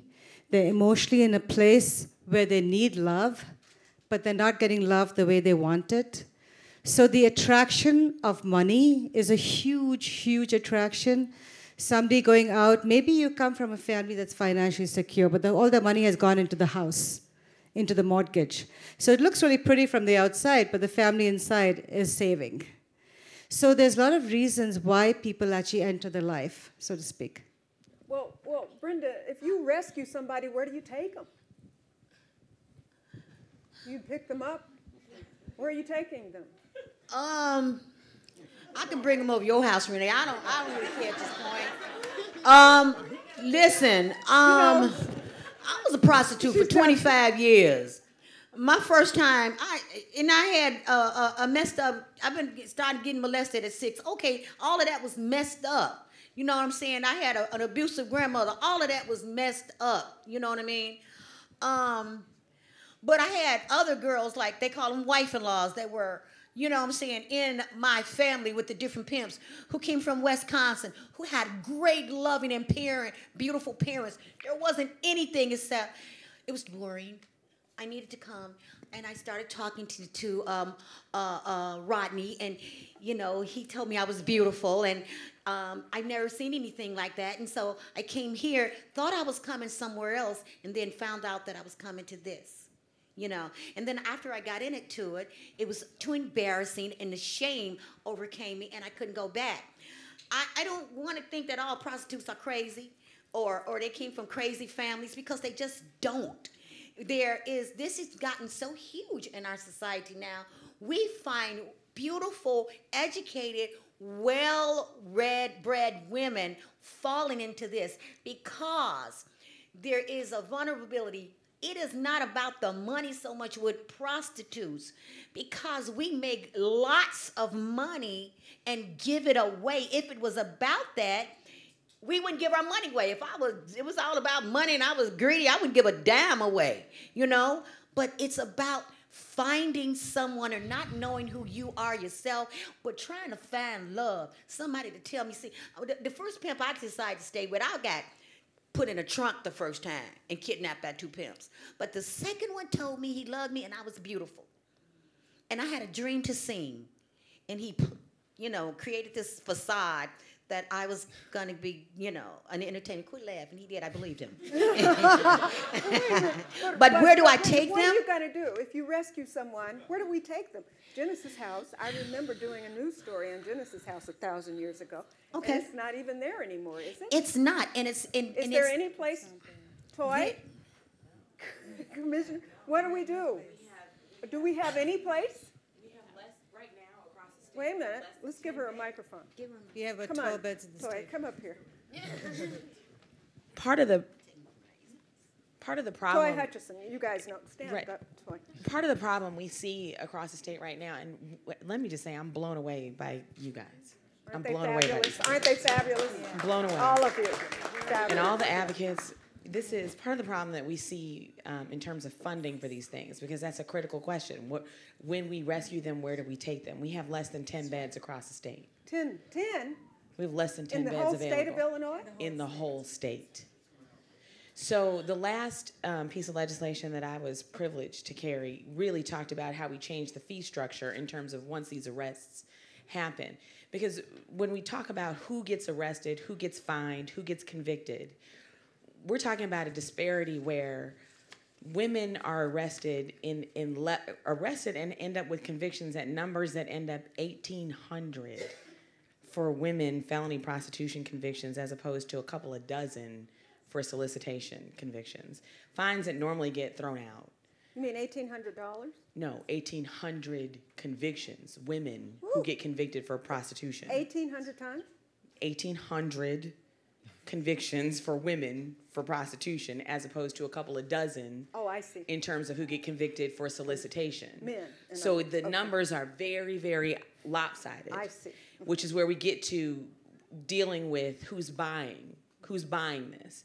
And so we wanted to attach a fee structure to the folks who get convicted. The problem is we don't convict a lot of people for the purchasing of sex. So if we could figure out how to change that, then at least we'd have a mechanism in place for when we start to change the enforcement part of it, there would be a structure in place to create a fee structure that can then support the services that we need once women and boys and whoever is caught up in this system could then get the services that they need across the state. There is a systematic disbelief that this is a global issue. It's not happening in your own backyards. It's not happening in Chicago. It's not happening across the state. There are people downstate who think it's just Chicago, that it doesn't happen in these little small towns south of I-80 across the state, that it's not happening in your neighborhood mall, that it's not happening with young girls in intact families who have something missing. And plus work. Plus a lot of work. Plus a lot of labor trafficking. All of that. You know, in restaurants, people. It is. Yeah, restaurants and when you go through all these different pieces of, when you talk about it at the state level, you know, when policymakers come together and talk about it, it is very easy to make light of money and sex and naked women. So there's So you can make a joke about that really easy, whether it's strip clubs or, you know, somebody who's standing on the street, or the myth of the happy hooker, the Julia Roberts story, the fact that strip clubs are now like, you know, everybody goes there for bachelor parties, bachelorette parties. It's now more acceptable. People, you know, we have this amazing, you know, ability to kind of sanitize this whole thing where people think it's not okay. What do we do? These kids. Solomon, what were you going to say? Well, I was just going to say that there's right been a focus on, say, sex trafficking, and we have to look at the other side, and the other side is labor trafficking, and those that do come from, say, overseas, from another country. My story focused on international trafficking, more so the labor trafficking side, and some of the stuff that we talked about tonight, such as trauma bonds and things like that. I guess since I started with trauma bond. Labor trafficking or international trafficking is a different type of realm, because you have these victims coming over from another country, and when they get here, they don't have the same bond that, say, a prostitute had to their pimp. They're not like trauma bonded because they don't have this connection, because that pimp did not live on their block or did not live in their neighborhood. And then we were talking about financial, and what you often see with these families is that some of these families invest in their son or their daughter going to America, and they're promised things like job security, they're promised a better life, and then so the family invests all this money, and then the kid, the boy or girl gets over here, and it's not how they thought it was going to be. And they don't call back home, and they don't say it's terrible. They go on and say it's an awesome thing, because they don't want their family to find out that their family wasted all this money by sending them over here, and that they're a disappointment. So. And that they are enslaved. Yeah. So to put into perspective of how we help benefit to labor trafficking, think about the last time you went to a salon and got your hair done. Think about the last time you got your nails pretty. Think about the last time you visited your grandma in the elderly home. Think about the last time you went on a cruise and you had the best service, but they didn't talk to you. They weren't saying anything. You couldn't get to the same person the same time. Think about that Apple iPhone that you love so much, or that McDonald's burger you just can't come away from. Like, you have no idea where that came from. And it's the way we help labor trafficking is the fact that we're giving them the money. Like, there's no way to know if someone's actually being trafficked. You can't know that. But there is suspicious when your beautician you go to does not talk to you, and she's always scared, and she just never wants to like talk to the police. Like, that's how we get them in. Like, I was blown away. Like, why is there trafficking in an elderly home? These people are forced here, and they're promised work. And the worst thing about that is like kind of like minimum wage. It's better than working for nothing, which is one of the reasons why they stay. You mean in nursing homes? They're working in nursing homes. Yeah, nursing homes, sorry. It's better than nothing. There is that little piece of cash that they can send home to their families, or they can't go home because their trafficker has their passports and their documents. They don't speak our language, so they just can't run off to someone on the street and ask for help because they don't speak our language. They can't go to the police because they're found over here without a passport or a visa. They're going to get in trouble. And actually, sometimes the police send them back to that person they've been trafficking because that's the person that has the documents, and just leave them there. So, next time you want that Apple iPhone, think about where it came from. Christine, Chris, did you have something to say about that? About labor trafficking? Yes, yes. I don't work in labor trafficking, the trafficking area, but I want to kind of bring back a lot of the things the students have said, because I feel that there's a lot that's being said here about education of young people who could potentially be victims. But Senator Hutchinson said, we're talking about strip clubs and all that being normalized, and exploitation of women being normalized in our media and throughout society. And what I keep hearing from the students is that what they're seeing that in society, this influence, this pressure of defining masculinity as being into that whole exploitation of women, or defining it as just a normal part of growing up and who they are. And I think along with the education of the vulnerable, the kids who could be vulnerable to trafficking, we also have to educate teenagers, starting as young as possible, about what the realities of trafficking is, not just the sex trade, but also human trafficking, what it looks like, how your consumer habits can lead you to labor trafficking. Like, before you decide which phone you're going to get, let's look at where they're getting some of their materials and where they're getting done. And I think, if we go in and talk about, what's your responsibility, and then teach teenagers to do that, and then, as someone said, when teenagers talk to each other, they listen more. So I think having the opportunity for all of our teenagers in the audience to take what you've heard here today and talk to your friends about it and share with each other. Also, to bring up another thing about society, we've been focusing on how females are affected by sex trafficking. That underreported number also includes males. There is a such thing as a male prostitute. And the one thing that's keeping them in it is because of this whole masculinity. You don't come out and say someone's purchasing you for, like, if you're a male with him, you don't come out and say that I'm being forced to do this. There's some society constraints, like they feel like they're going to be laughed at. They feel ashamed that they're in this. And then also in labor trafficking, it's mostly males because, they're, like, stronger. And it's like society makes it where a male cannot admit that he needs help and that he's being hurt. And that's also something that needs to be educated, that it's okay. I have a good question here from the audience for the I-Team.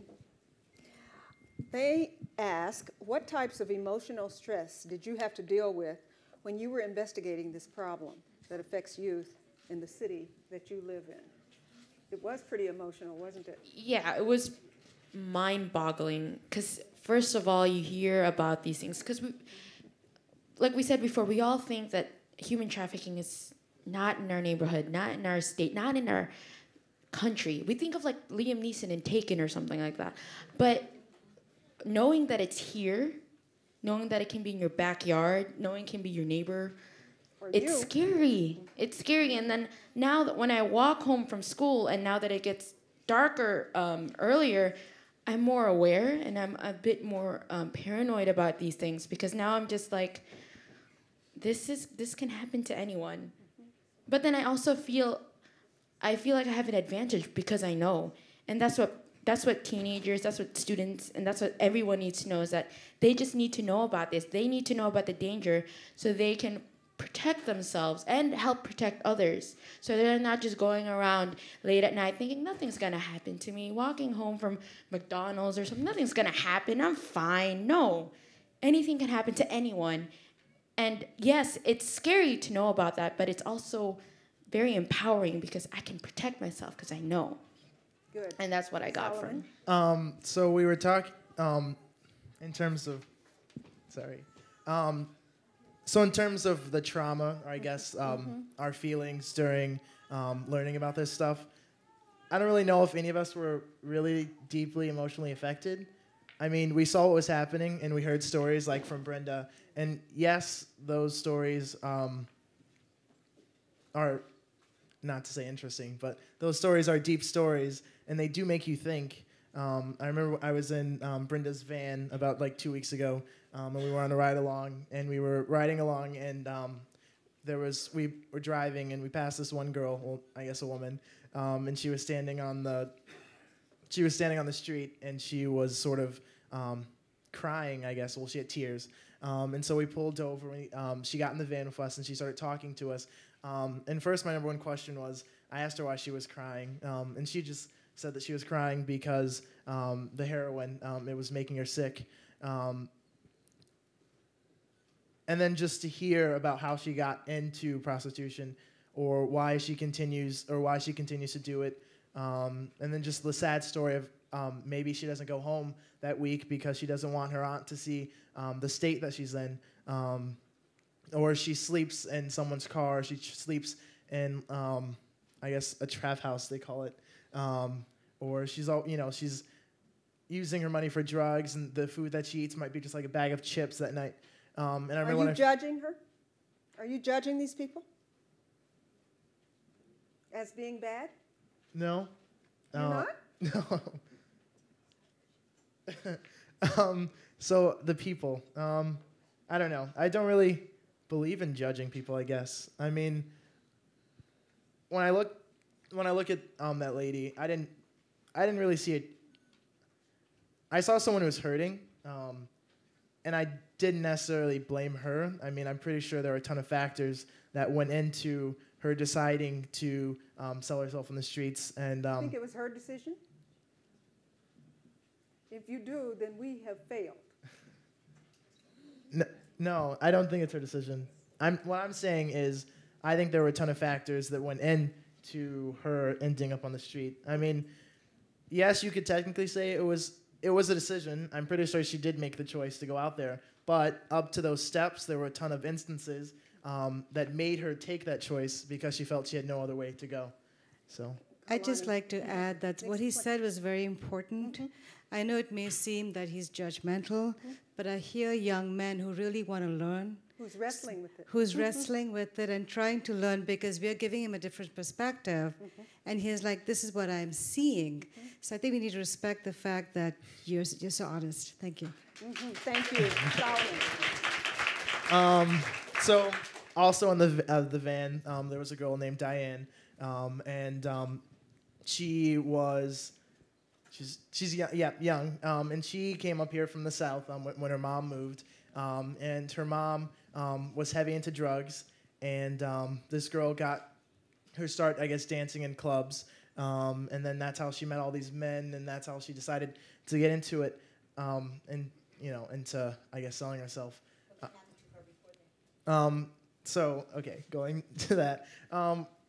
Brenda was talking about how she was, I guess, the trauma she went through, like being in a trunk in the car. This girl, she and her mom had, her mom was a heavy drug user, and she had this debt that she had to pay to her drug dealers. And so, in exchange, she gave her 2 daughters to the drug dealers, and they ended up in Milwaukee. I don't know for how long, but during this experience, they were bound up, tied up, kept in deplorable conditions, fed raw meat. The girl Diane, she said she felt like an animal, and it was, I don't know, to hear a person refer to themselves, well, for her to be in that situation where she felt like an animal, and for her mom to have allowed her to be in that situation, when you think that your parents are there to love you, to take care of you, not to put you in harm's way, but actually to protect you. I don't know, it just set me back. And that topic was very emotional for her because she started crying. And at that moment, Brenda came into the back of the van and started to comfort her and told her she was beautiful and things like that. I feel going through those things, and now she's to the point where she is going out like Brenda and helping other girls. Yeah, goes with Brenda. You can still see that she's sort of broken. There's still some touchy subjects that get to her because it was a big deal of her life, and it is a very emotional and scarring subject. So. Okay. Good. So when I first started Columbia Links, my first story was about date rape, and I did research and stuff on the subject, and I was really appalled by what I found out. But then when I went into this, investigation and things like that on human trafficking, and listening to the stories from Brenda and from the different people we talked to, I was like, I've barely scratched the surface. It was crazy. And I would sit there and listen to all the bad things that would happen to these people, and I was appalled. And I was just wondering, what happened in society, or what happened that made this all okay for this to happen? What happened to us? What happened to us in our humanity, and what happened to the morals that we set for ourselves? Anyone want to answer that, panelist? Do you want? I think what's happened is that we've become desensitized. And we become hugely desensitized mainly because of your wonderful generation's exposure to technology. And you see so much violence. How many of you go to a movie and say the zombies movie? I went to see that. And there was these zombies with their heads being blown up, and there's blood all over the place, and people were clapping and cheering. You could see the joy in their faces as they saw the zombies being literally mutilated. Because that is what we can relate to. There's something called a bystander theory. It's basically, in psychology, what you do is you go out and you see accidents all over the road, right? You go on a freeway. How many of you just passed an accident? Or how many of you actually stop and slow down and say, wow, I want to see the person being pulled out of the car? We all do. That is what we do. So the more aggression, the more violence we're exposed to, the higher the threshold, and the higher the threshold, the more we need to see it. So the games become more and more and more violent. So something like this has totally desensitized us. I think that, first of all, prostitution became illegal in America when during Prohibition, they made alcohol illegal. They shut down the brothels, and there were no fun anymore because nobody could drink. So prostitution became illegal at the same time. Now, they came back and legalized liquor, but they never legalized prostitution again because of the moral fiber of our country. But we've been so divided since then. You go to Vegas and you got pamphlets, and you got brothels all around Vegas that says this is cool to do it here, but don't do it over there. And then you have media saying that when you see movies, they have the most happiest hookers I've ever seen in my life. They're just loving to be prostitutes and have sex, So we get the stigma of that's how women are, and it's just sex. That's all. It's harmless because it's just sex. And we have forgotten or don't even know where these women come from, how they got there, and what road they took, and what happens to them even after they're no longer prostitutes.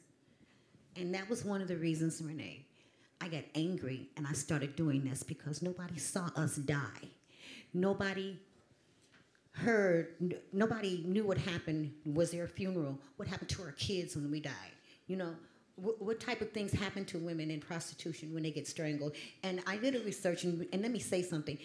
As much violence happens indoors as it does outdoors. It's underreported indoors. They can't talk about it because it's a business. I've been strangled in the strip club. I've been, a pillow's been put over my head and as an escort, you know. I was stabbed in California when I was actually working at a peep show, you know, coming home after one of the, you know, stabbed.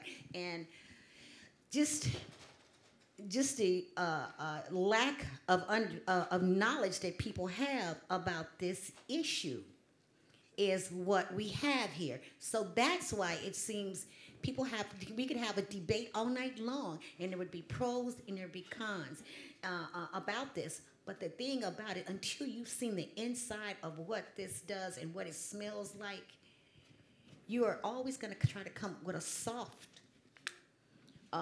solution to this. There is no soft solution to this. This has to be dealt with aggressively, and it has to be dealt with. One thing that hasn't been dealt with, the panelists will tell you, we do these all day long, don't we? All year long. Yet, again, Senator Hutchinson will tell you we have only less than 10 beds. Why? Why is that happening? Why are we not supporting this issue once we find out how dark and disgusting it is? And we go away. I went to a human trafficking conference. Girl, it was off the chain. All right, can you pass me that liquor? You know what I'm saying, like that? It never happened. No one ever, you'll never talk about it again unless somebody mentions it to you. Or you'll never think around Christmas time, but put $20 or $25 in an envelope to an organization that's doing something like this. You know what I'm saying? How do you get your self-esteem? How does a woman get her self-esteem, or a man? It took a village to raise me again. Okay? It took a village to raise me again. After I came into out of prostitution, I had been shot, stabbed, put in trunks on a regular basis. And first of all, the people who were supposed to be my heroes failed me. I'm talking about family. So after you get, when that happens to a woman or a boy, they open for just not prostitution, gangs, you know, a whole lot of different things that happen in our societies when they feel failed in the beginning, but it continues, and you just start to, you know, living your life as a failure. And then I was brainwashed by the pimps who told me I'd never be nothing. I was born to do this. This is what you do. And then when you rode by me on the street corner, and you roll your windows up, and everybody in the car looked at me like I stank, you validated what he said. But how Nobody did you cares get around about it? me. How did you get past it, Brenda? It took a village to raise me again. Well, let me see. I went to Genesis House. I went to a safe environment, a nice home. The people were loving and caring. That's another thing. Anybody could set up a house and say, I'm going to, you know, bring in women. But it takes the right person to deal with this population, the right people. And I just came to a place that had the right people. And on Monday, I was at therapy. And Monday I was at anger management. Tuesday I was at therapy. Wednesday I was back at anger management because I was real mad, you know, about a whole lot of stuff. And then on Thursday I was at some type of trauma service, you know, trauma. It took a village. It took people, professionals, and then I went to a 12-step program, and I found a thing called Prostitutes Anonymous that helped me gain my, as I started to build, and it was love.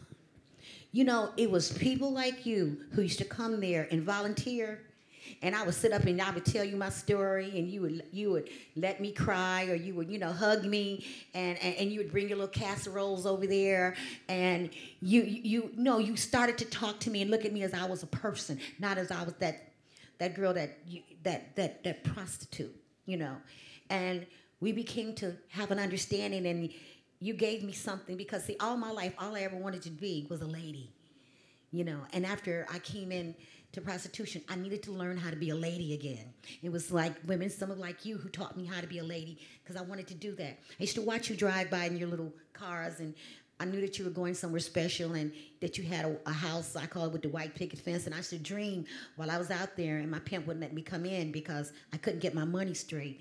And I wanted to be you. And I didn't understand that I had it inside me already to be you, but I needed some help. I needed some help, the kind of help that the girls are not getting right now, because there aren't places to help them like that. Genesis House closed. Genesis House closed. So Yes. there's I nowhere. think What are we gonna private do? funding is not enough.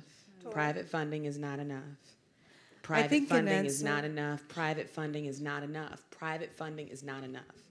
So when people talk about the taxes you pay and what those taxes are supposed to pay for, private funding is not enough. So we need law enforcement, we need the Department of Defense, we need the Justice Department, we need the Department of Human Services, we need the Labor Department, we need to work on wage theft, we need to work on when we can identify people who are vulnerable and at risk in labor situations so we can identify who they are. We need to fund beds across the state. We need to make it so that we can remove felony prostitution convictions from folks who are prostituted, because you cannot be the victim of a crime and also a criminal at the same time. So you can't get a lease, you can't get a job, you can't get a student loan with the felony prostitution conviction. You can't start your life over again after that. What can so, they do, Toy? So can what you people can do is make sure that people understand that the sale of bodies right now is what's funding all of this stuff.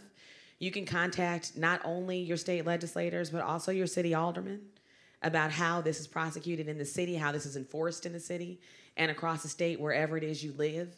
Because this is a combination of what happens at every single layer of government. This is city, this is county, this is state, and this is federal.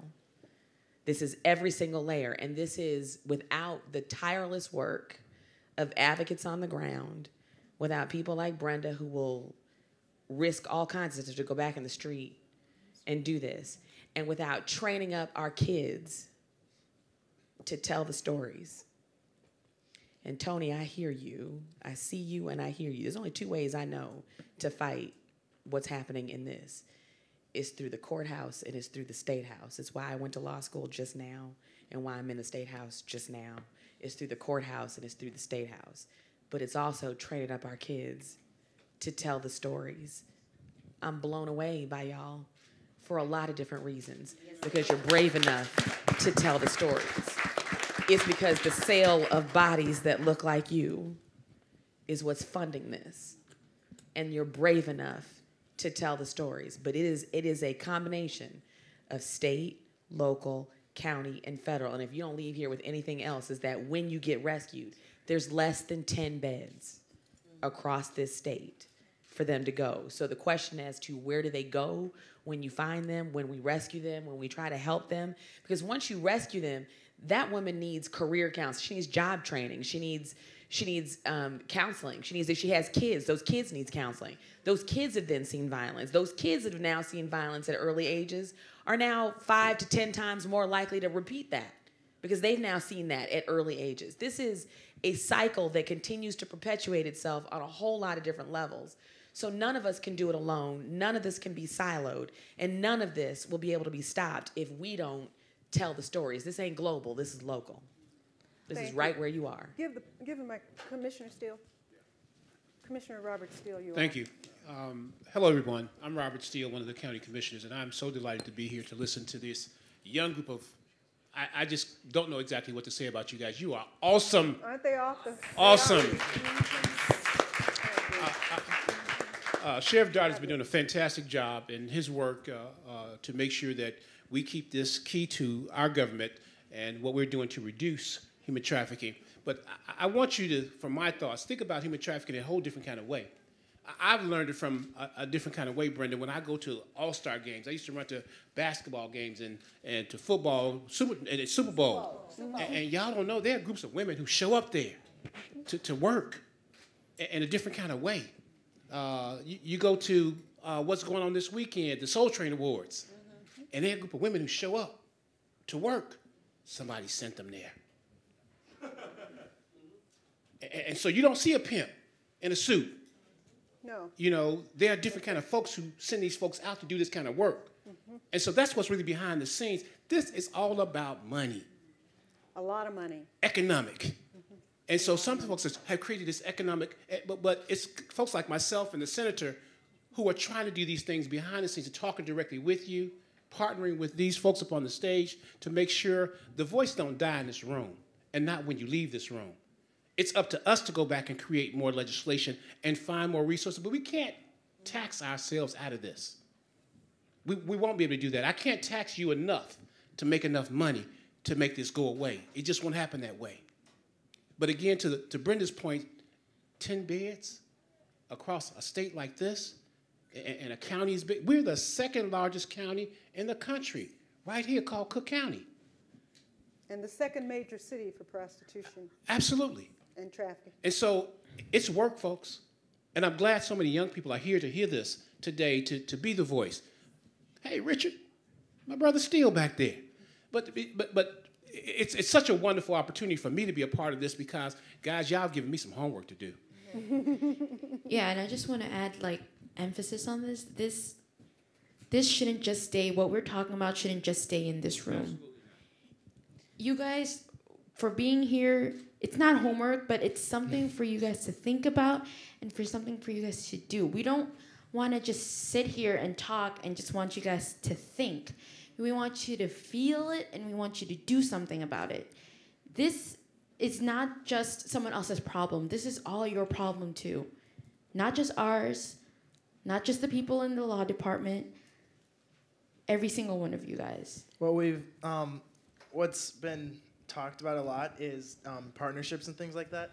And all the people that we talk to, one of the big things is that in this arena of combating human trafficking is that whether it be from the federal government, from organizations, nonprofits, things like that, what's crucial is that they work together. Because when they work together and they team up, that's truly when they can do the most change because they're pooling, because they pool all the resources or the expertise that they do on their own, and then when they bring it together, it has a bigger impact because they are working together. So. One of the things we're doing with the Safe Coalition for Human Rights and the conference we had last week is the multidisciplinary panel that we've developed.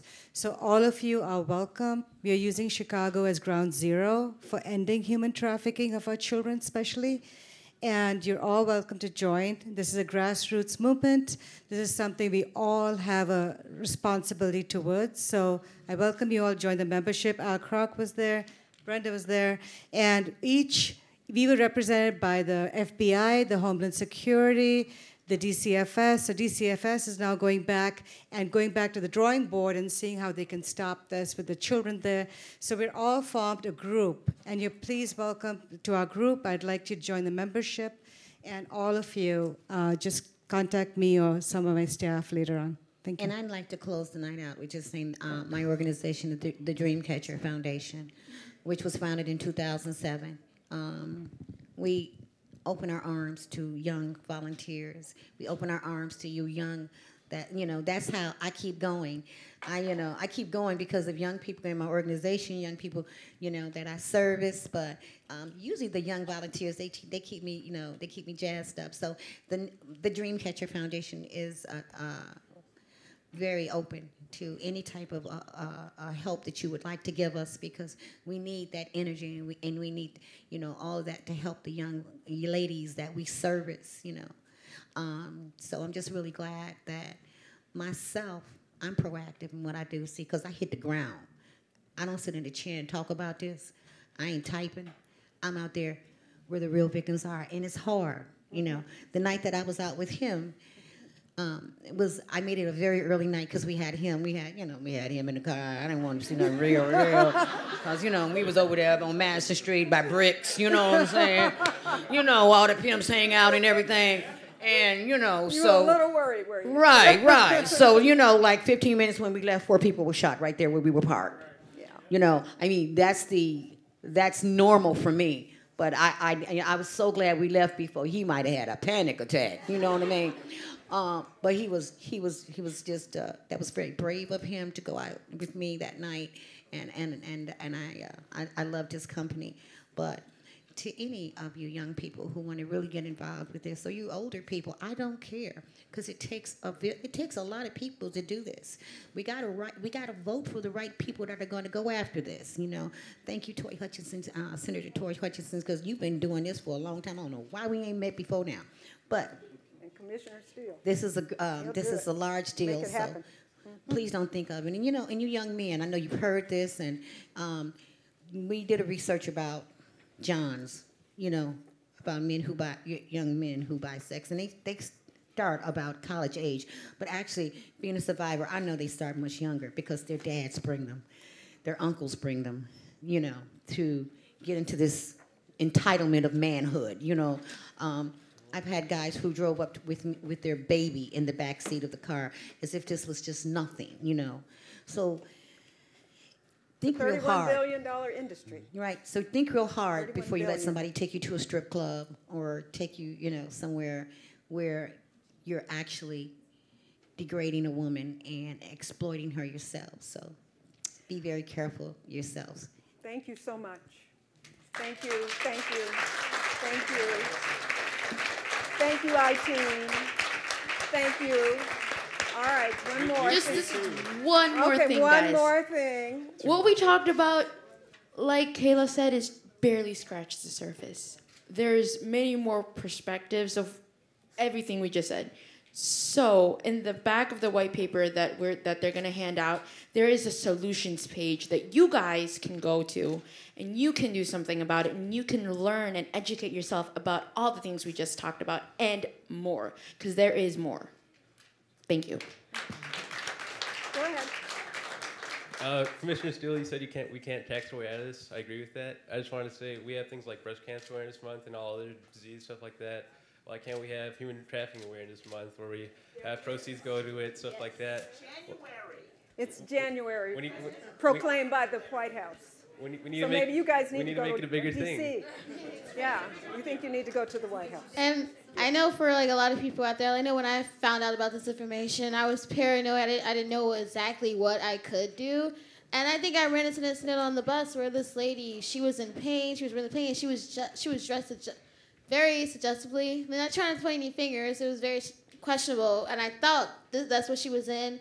And she said she had no one who could pick her up. And it's like, it's scary. So don't be afraid to call that hotline if you're suspicious. Don't be afraid to tell someone. Don't be afraid to approach someone you trust, because you could just save a life. No one's going to care if you were wrong. It's better being safe than sorry.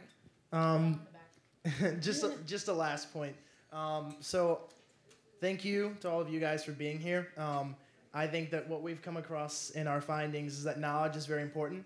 And when you actually know about the topic of human trafficking, when you actually do your homework, when you do your research, you become a more aware citizen. And you could be walking down the street, or you could be on the train, and you could see something that didn't catch your eye before, but after you learn and after you become aware, after you become enlightened, you look at it and you say, that could possibly be human trafficking. You're made aware of certain things that you didn't see before.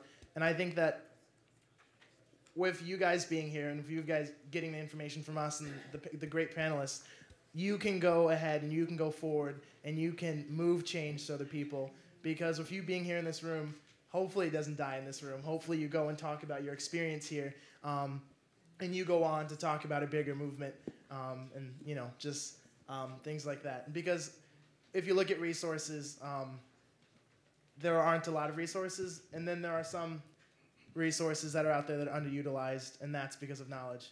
So, yep.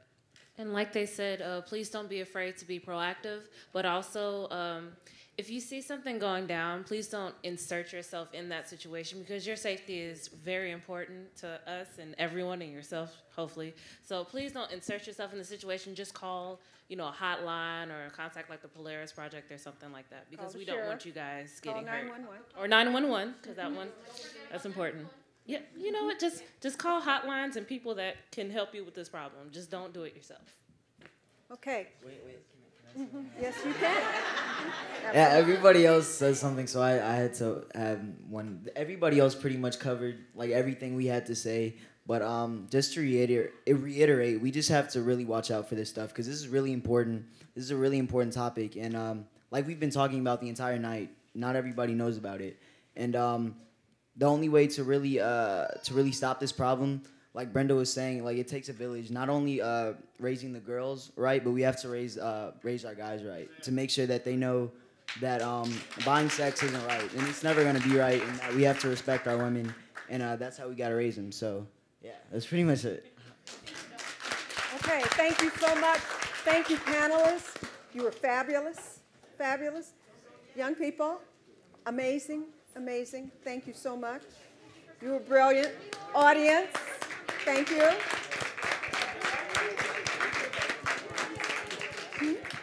You need a mic? Yeah. Okay. Don't leave. I guess this. Whoa, good.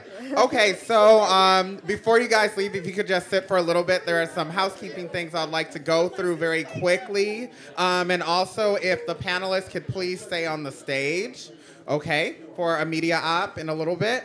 So those of you, if I can get everyone's attention just quickly, please, thank you.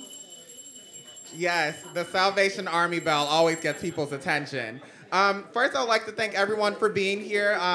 I would like to thank Bam, Becoming a Man, for being here. Thank you guys so much. I would like to thank our advisory board members that are still here. I would also like to, again, thank our lovely panelists and pretty much everyone else in the audience. There is one thing that's very important because this conversation does not end here. If you guys have heard of the play The Johns, that is something you guys can see at the Mayor Kaplan Theater in Skokie. And guess what? The writer and producer of the play, Mary Bonnet, is giving anyone who is here tonight a discount of $10. So you will pay $10 for your ticket, and you get and that's if you say Columbia Links at the door. So remember that. There are flyers outside on the table. Along with those flyers are things regarding to Amber Alert. Amber Alert does a lot to deter human trafficking in our city and throughout the nation. So to be well versed in that, please go. Also, I have one more thing to mention before I forget. There is a magazine called R Word, which is the magazine that is produced of. Can I have everyone's attention, please? Because there's so much conversations going on, I can't hear myself talk. Thank you. So we also have our magazine, R Word, which will be coming out actually in December. It is a magazine that compiles all of the stories that all of these people have written and much, much more. We will have a launch party in early December. Stay tuned for that and check your email. Again, thank you everyone for coming. On your way out, please get the white paper. Our ushers are there with the white paper in hand. You can get your copy to see what our teens have researched. Thank you so much. Have a good night. Drive home safely.